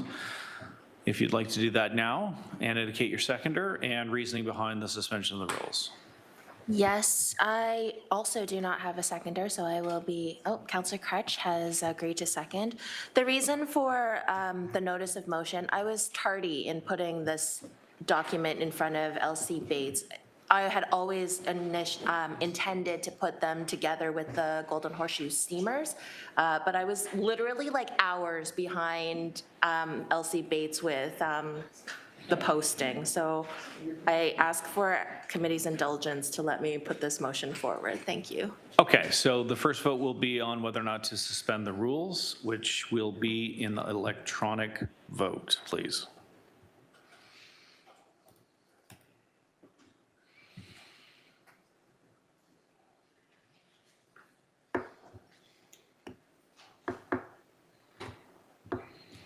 And that motion passes 8-0. Congratulations. Please introduce your motion and seconder.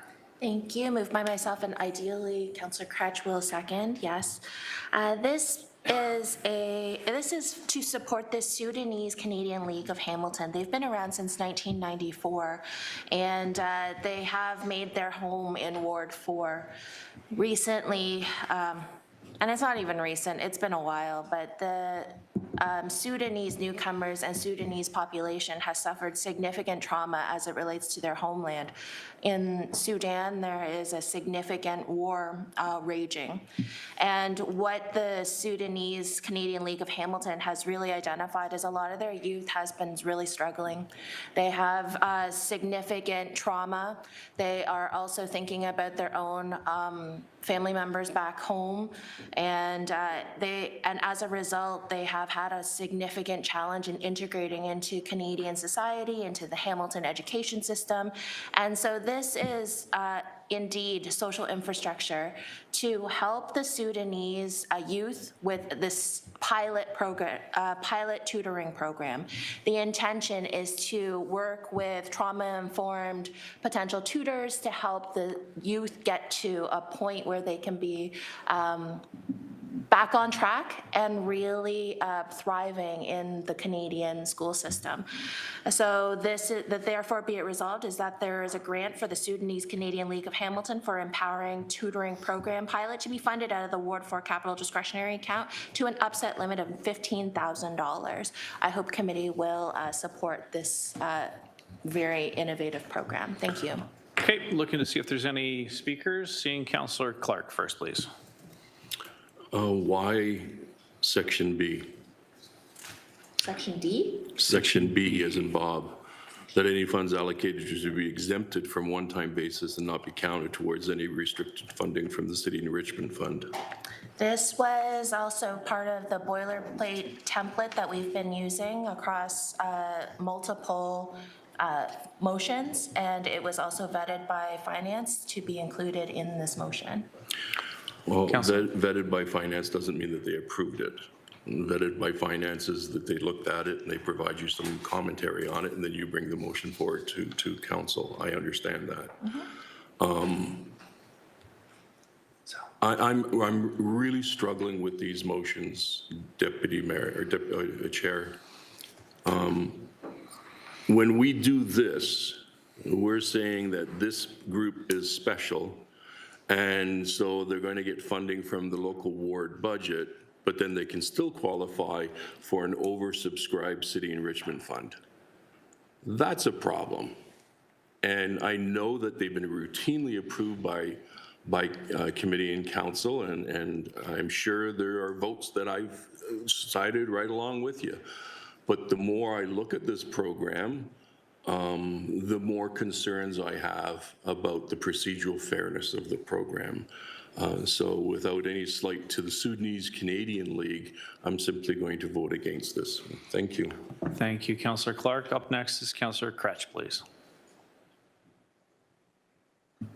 Yeah, Councillor Clark, you got me there because I was going to say, I think you've already voted on several motions that have this clause in it. Oh, I'm honest. But I want to say that this clause was developed by the grant staff from CEF because what they were suggesting was that a lot of the programs that are being offered through these things are iterative, they're emergency, they're one-time situations. And if we are supporting one of those programs and then punishing people later when they have come forward with a general application for a totally different program, that disadvantages that group. So they were saying, listen, board councillors are able to help these groups and they're able to bring forward funding support for individual programs. Those have no relationship to the CEF program that's being funded, so they should be exempt from that. That's my understanding, and that's why we developed that in concert. One of the clauses on the CEF application, though, as a former juror for the CEF, does say, what's a list of all the funding you received? They still have to declare that they've received that funding. It's just not counted against them because it's not related to the same program. So just letting you know, because I was the one who developed that with grant staff specifically, and the boilerplate that Councillor Huang is using came from the original boilerplate that we developed with staff. Okay, thank you. I'm looking to see if there's any other first-time speakers. Seeing none, we're going to second-time speakers. Councillor Clark, please. And just to clarify, there are 7 wards in this city that does not have area-rated funding. So the community groups in their wards, they have to go to the community enrichment program to seek funding. There's no other alternative. And so 8 wards that have special funding can, in essence, give them double funding, possibly. And it's not procedurally fair. There's no way you can argue that it is. If we're going to be fair across the city, then that means area-rated funds go to groups, in my mind, for capital, but it should never, ever have a clause in there saying, oh, you can double dip with the City Enrichment Fund, regardless of what the City Enrichment Fund people are saying, because there are 7 wards that don't have access to the area rating funds. We don't have them. Thank you. Thank you, Councillor Clark. Going back to the first-time speaker list with Councillor Maureen Wilson, please. Thank you. Through the chair to GM Zagaric. I was of the impression that the area rating landscape, if you will, across the city of Hamilton, that is something in which the participating wards opted into. So meaning it's a choice that those wards provide or not. If Through the chair, if I understand the question, it's the area rating reserves and discretionary projects are tied to our tax policy report. Mm-hmm. And the tax policy report is an annual report that provides the opportunity to reconfirm the establishment of the area rating reserves, or if it was the decision of council, it could be to amend or cancel the practice of the area rating reserves. Canceling the practice would have a favorable tax impact to those wards that previously benefited from the reserves. Thank you for clarifying that, meaning it comes before this council. This council has voted to continue that practice. Some, my understanding, some wards have access to other funds that perhaps may not be available to, say, Ward 1, and it would be within those parameters and the discretion of that ward councillor to expend those funds, whether it be a Terra landfill site, a cell phone tower, or anything to that extent. And it is to meet, my understanding was, the needs and circumstances that may or may not be particular to that ward, and that ward councillor, within the parameters of the policy, makes that decision in concert with community. Is that a fair summation or not? I don't want to put words in your mouth. Through the chair, the availability of non-tax revenues does vary across a municipality, ward by ward. With respect to the policy was originally approved, I believe, 2012, updated 2018. There might have been a subsequent update or report, and that policy has been amended. Originally, it was intended for infrastructure, to address the infrastructure deficit, but recognizing council over the years had an interest to support social infrastructure, that policy then was amended. I'm not sure if I've answered the council's question. No, thank you. Okay. Thank you. Appreciate it. Okay, so I do have a third-time speaker, but I just want to remind members that the motion at hand speaks to the allocation of funds to the Sudanese newcomer tutoring program. And we have now delineated into some background information, which have allowed for context as we proceed to the decision point on this. And I do understand that Councillor Clark may have a response to potentially something that was said earlier, so I'll allow that, and then hopefully we're ready to move to the decision point, please. The genesis of this program started when we were at a point where the area rating tax increases to 7 wards was going to be so dramatic, and there were going to be tax reductions to wards 1 through 8.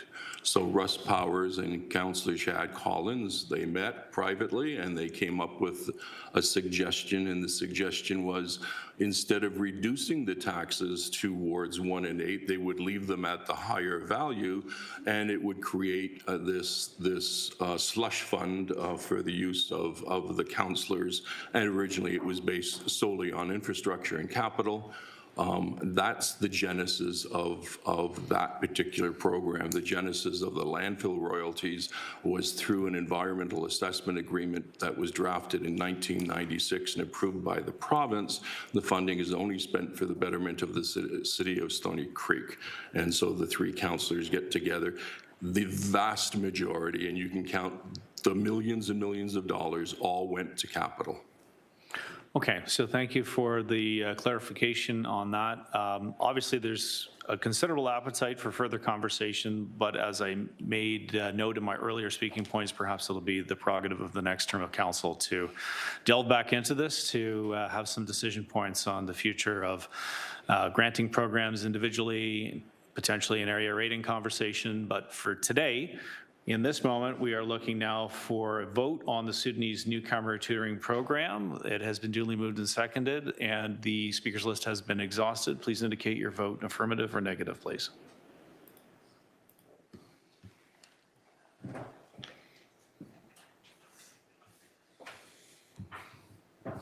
And that carries 7-1. Congratulations, Councillor Huang. We're moving on now. Are you sure you want to bring this forward, Mark? Are you sure? Positive? I'm just kidding, buddy.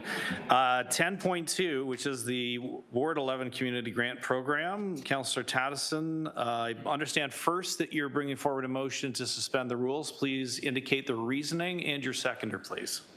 Okay, so my seconder is Councillor Kretsch. I did miss the deadline. Unlike Councillor Kretsch, this is my first time through this process, so there was lots of learning back and forth with clerks, with finance, just to an order that we were following the policy. We re-vetted our people. We ensured the wording in the motion was correct, even though we based it on former motions that have passed. Everything's been corrected to that point. So those were some of the timelines. I am up against a bit of a timeline as well. Some of the volunteer organizations are waiting to know if there's available funding. From my point of view, many coaches and managers and leaders they supplement the needs of kids with their own funds. And I know they could collect receipts and so forth, but if they know that that pool of resources is larger, they can make different decisions before the busy season starts. So this is the reason why I'm asking for it now. Thank you. Okay, so we're speaking to the suspension of the rules. Councillor Clark, you'd indicated, did you want to speak on the suspension of the rules? On the motion itself? Okay, so then if there's no speakers on the suspension of the rules, we'll do that vote first. Please indicate your vote electronically now, please.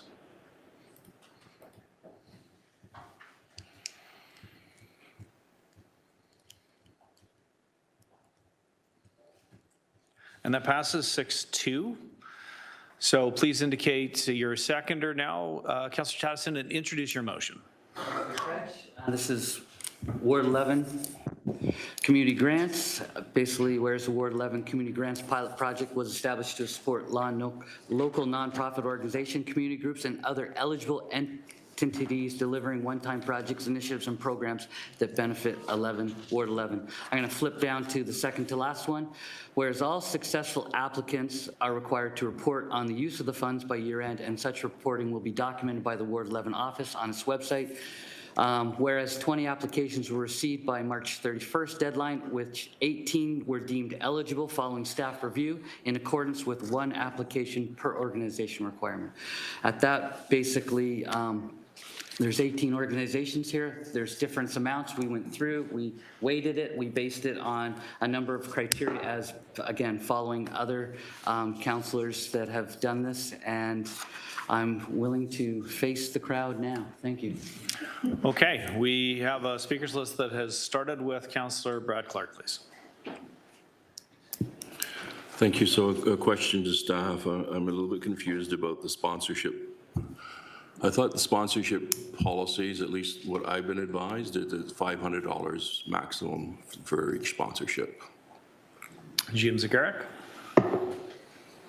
Through the chair, I think it's $350. I'd have to confirm with staff. $350 as it relates to the ward budgets. I don't know if that limitation extends beyond the ward office budgets, but I believe it's $350 as it relates to the ward office budgets. I haven't done any sponsorships, to be clear, but I think that was the rule. And so I guess I'm struggling because in the, I'm sorry. The third whereas, it seems to have the ward waiving the sponsorship rules. General Manager? So it sounds as if 350 was the historic and it's been adjusted to $500, so I apologize. To the councillor's question, I would have to review whether the 500 applies exclusively to the ward office budgets or if it applies to non-tax revenue. I'm just not that familiar whether that guideline with respect to sponsorship is beyond the ward office budgets. Thank you very much. And so, again, I'm struggling because we're really looking at item D. It's a sponsorship to a sports group. Item E, it's a sponsorship to a sports group. Item C, it's a sponsorship to a sports group. I could go into the other ones that are sponsorships, but they're not sports groups. And again, we're waiving the decision here saying that, well, even though this ward councillor gave this amount of money to this group, you can still go to the City Enrichment Fund, which again is over, we don't have enough money. There's more demand than money, and so we're giving them an up on that program. So these things still, I mean, I know in the past I've even voted for these things, and Councillor Kreitz is absolutely correct. I'm not stating that. I have been looking at this policy, these processes, and I have real concerns that it's creating a situation where councillors are giving money away to social programs or groups in their ward when others are doing it based on capital, when others don't have access to the extra money. And so the whole program right now, there seems to be and oblivious that just whatever comes in, we'll give them the money. We'll make them happy. And I don't agree with that. I think we have a problem, especially when I hear from councillors saying in all the wards, oh, the number of sidewalks I have to have repaired, it's just nuts. We don't have enough money to repair the sidewalks. We don't have enough money to repair the roads.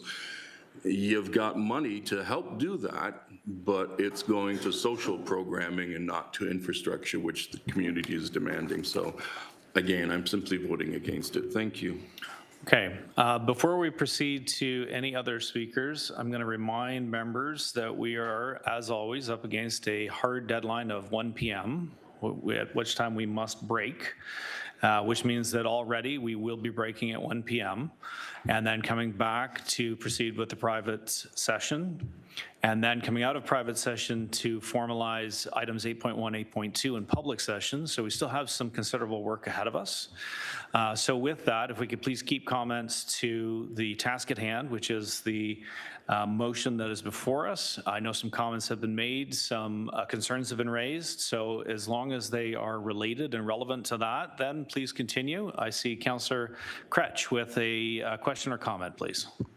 Very briefly, as usual, I will just say that, yeah, I understand that concern about the balance between those things. I know when I've looked at the expenses from Ward 2 specifically or other kinds of places, a lot of the money is spent on those infrastructure needs. One of the things that happens too in some of these situations is there's a capacity limit.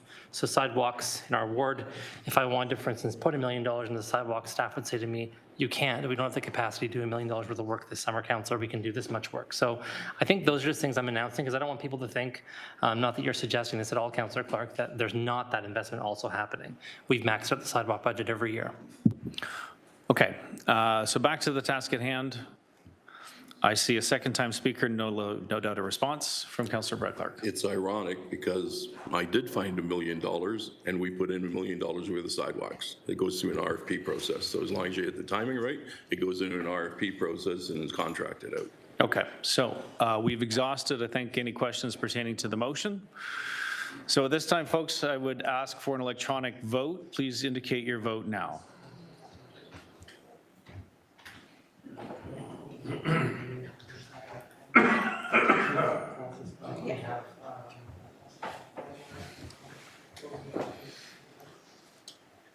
Councillor Pauls, are you?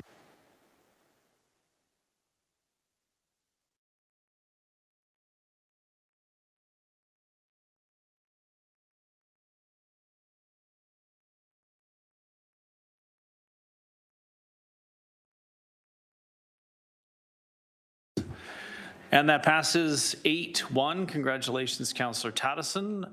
Okay, folks, so because we are now up against the mandated break at 1 o'clock, I am going to recess this meeting and we will continue at 1:30 back here. See you then.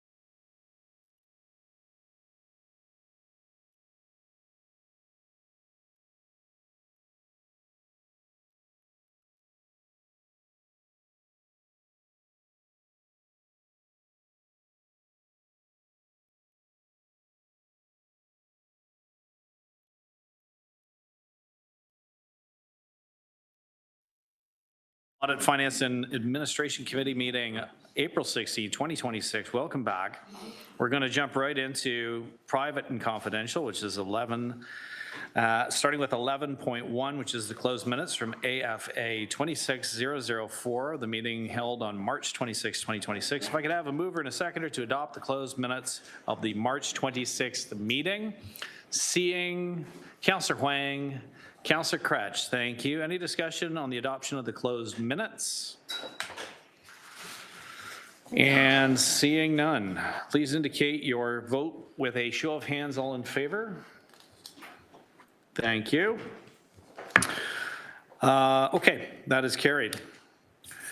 Now, if I could please have a mover and a seconder to permit Aaron Fewer and Darren Jones of Valencia to attend the closed session respecting 11.2, confidential appendices A, B, and C, to report AUD 21004D respecting cybersecurity follow-up audit, phase 2 incident response and insurance review. If I could have that mover and seconder, Councillor Clark, Councillor Huang, thank you. Discussion? No? Please indicate your vote electronically, please. Yes.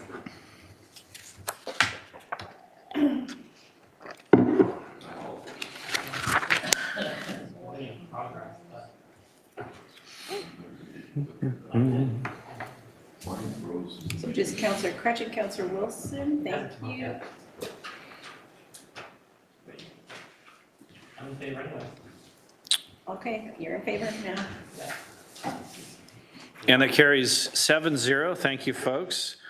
Okay, if I could have a mover and a seconder to move into closed session respecting items 11.2, 11.3, and 11.4, pursuant to section 9.3, subsections A, E, and K of the city's procedural bylaw, 21-021, as amended in section 2392, subsections A, E, and K of the Ontario Municipal Act 2001 as amended, as the subject pertains to the security of the property of the city or a local board, litigation or potential litigation, including matters before administrative tribunals affecting the city or local board, and a position, plan, procedure, criteria, or instruction to be applied to any negotiations carried on or to be carried on behalf of the city or a local board. The mover is Councillor Taddison, Councillor Huang with a second. Show of hand vote. All in favor, please indicate your vote now. Seeing that that is unanimous, thank you, colleagues. So members of the public, the meeting will continue following the closed session portion of the meeting. When you will see members of the committee rejoin the meeting, committee will wait up to 5 minutes upon reconvening an open session before proceeding with the meeting to provide members of the public and the media time to return. Before we moved into closed session, I would ask all members of the public to please exit the cottage, as I started off referring to, 264 here at City Hall. And if you are in WebEx, please exit now. Only those pertaining to the subject matter are allowed to stay. So if we've already done the staff switchover, it looks like we have. Then we are going directly to 11.2. Whoops. As soon as Sal gives me the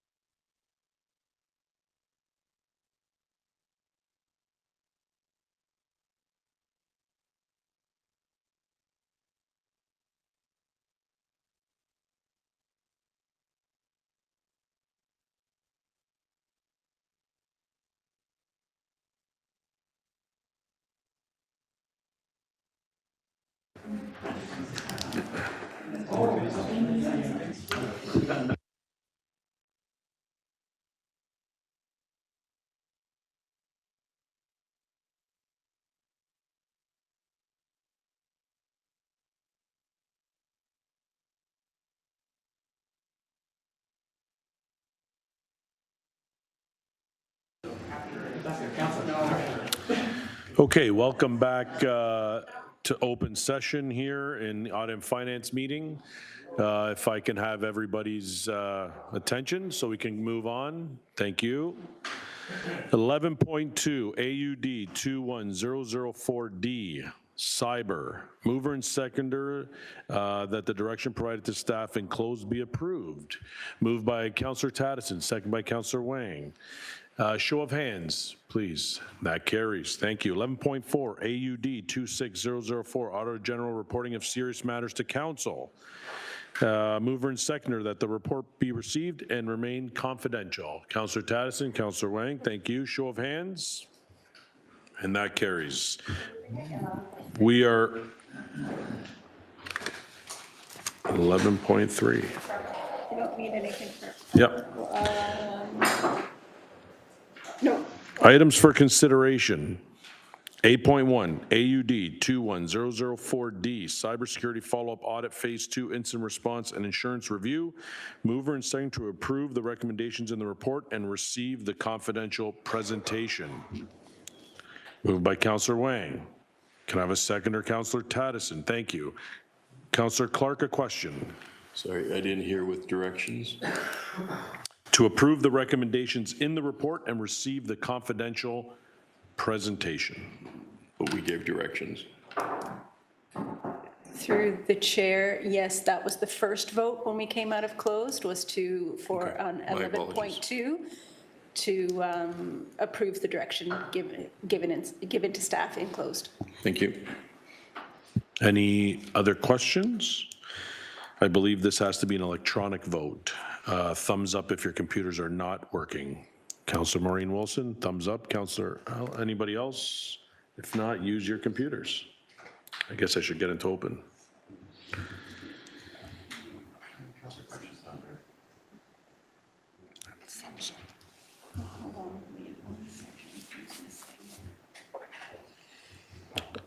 Oh, there we go. And that is carried 6-0. 8.2 FCS 26037, request to extend contract for secure transportation of fund services. Mover and second to approve the recommendations in the report. Councillor Wang, Councillor Clark. We will need an electronic vote if there are no questions. Councillor Maureen Wilson is a thumbs up.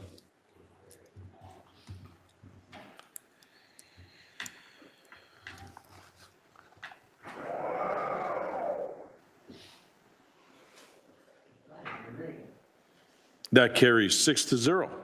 And on that note, there is no further business of the Audit, Finance, and Administration Committee, and it is adjourned at 3:36 p.m. Thank you.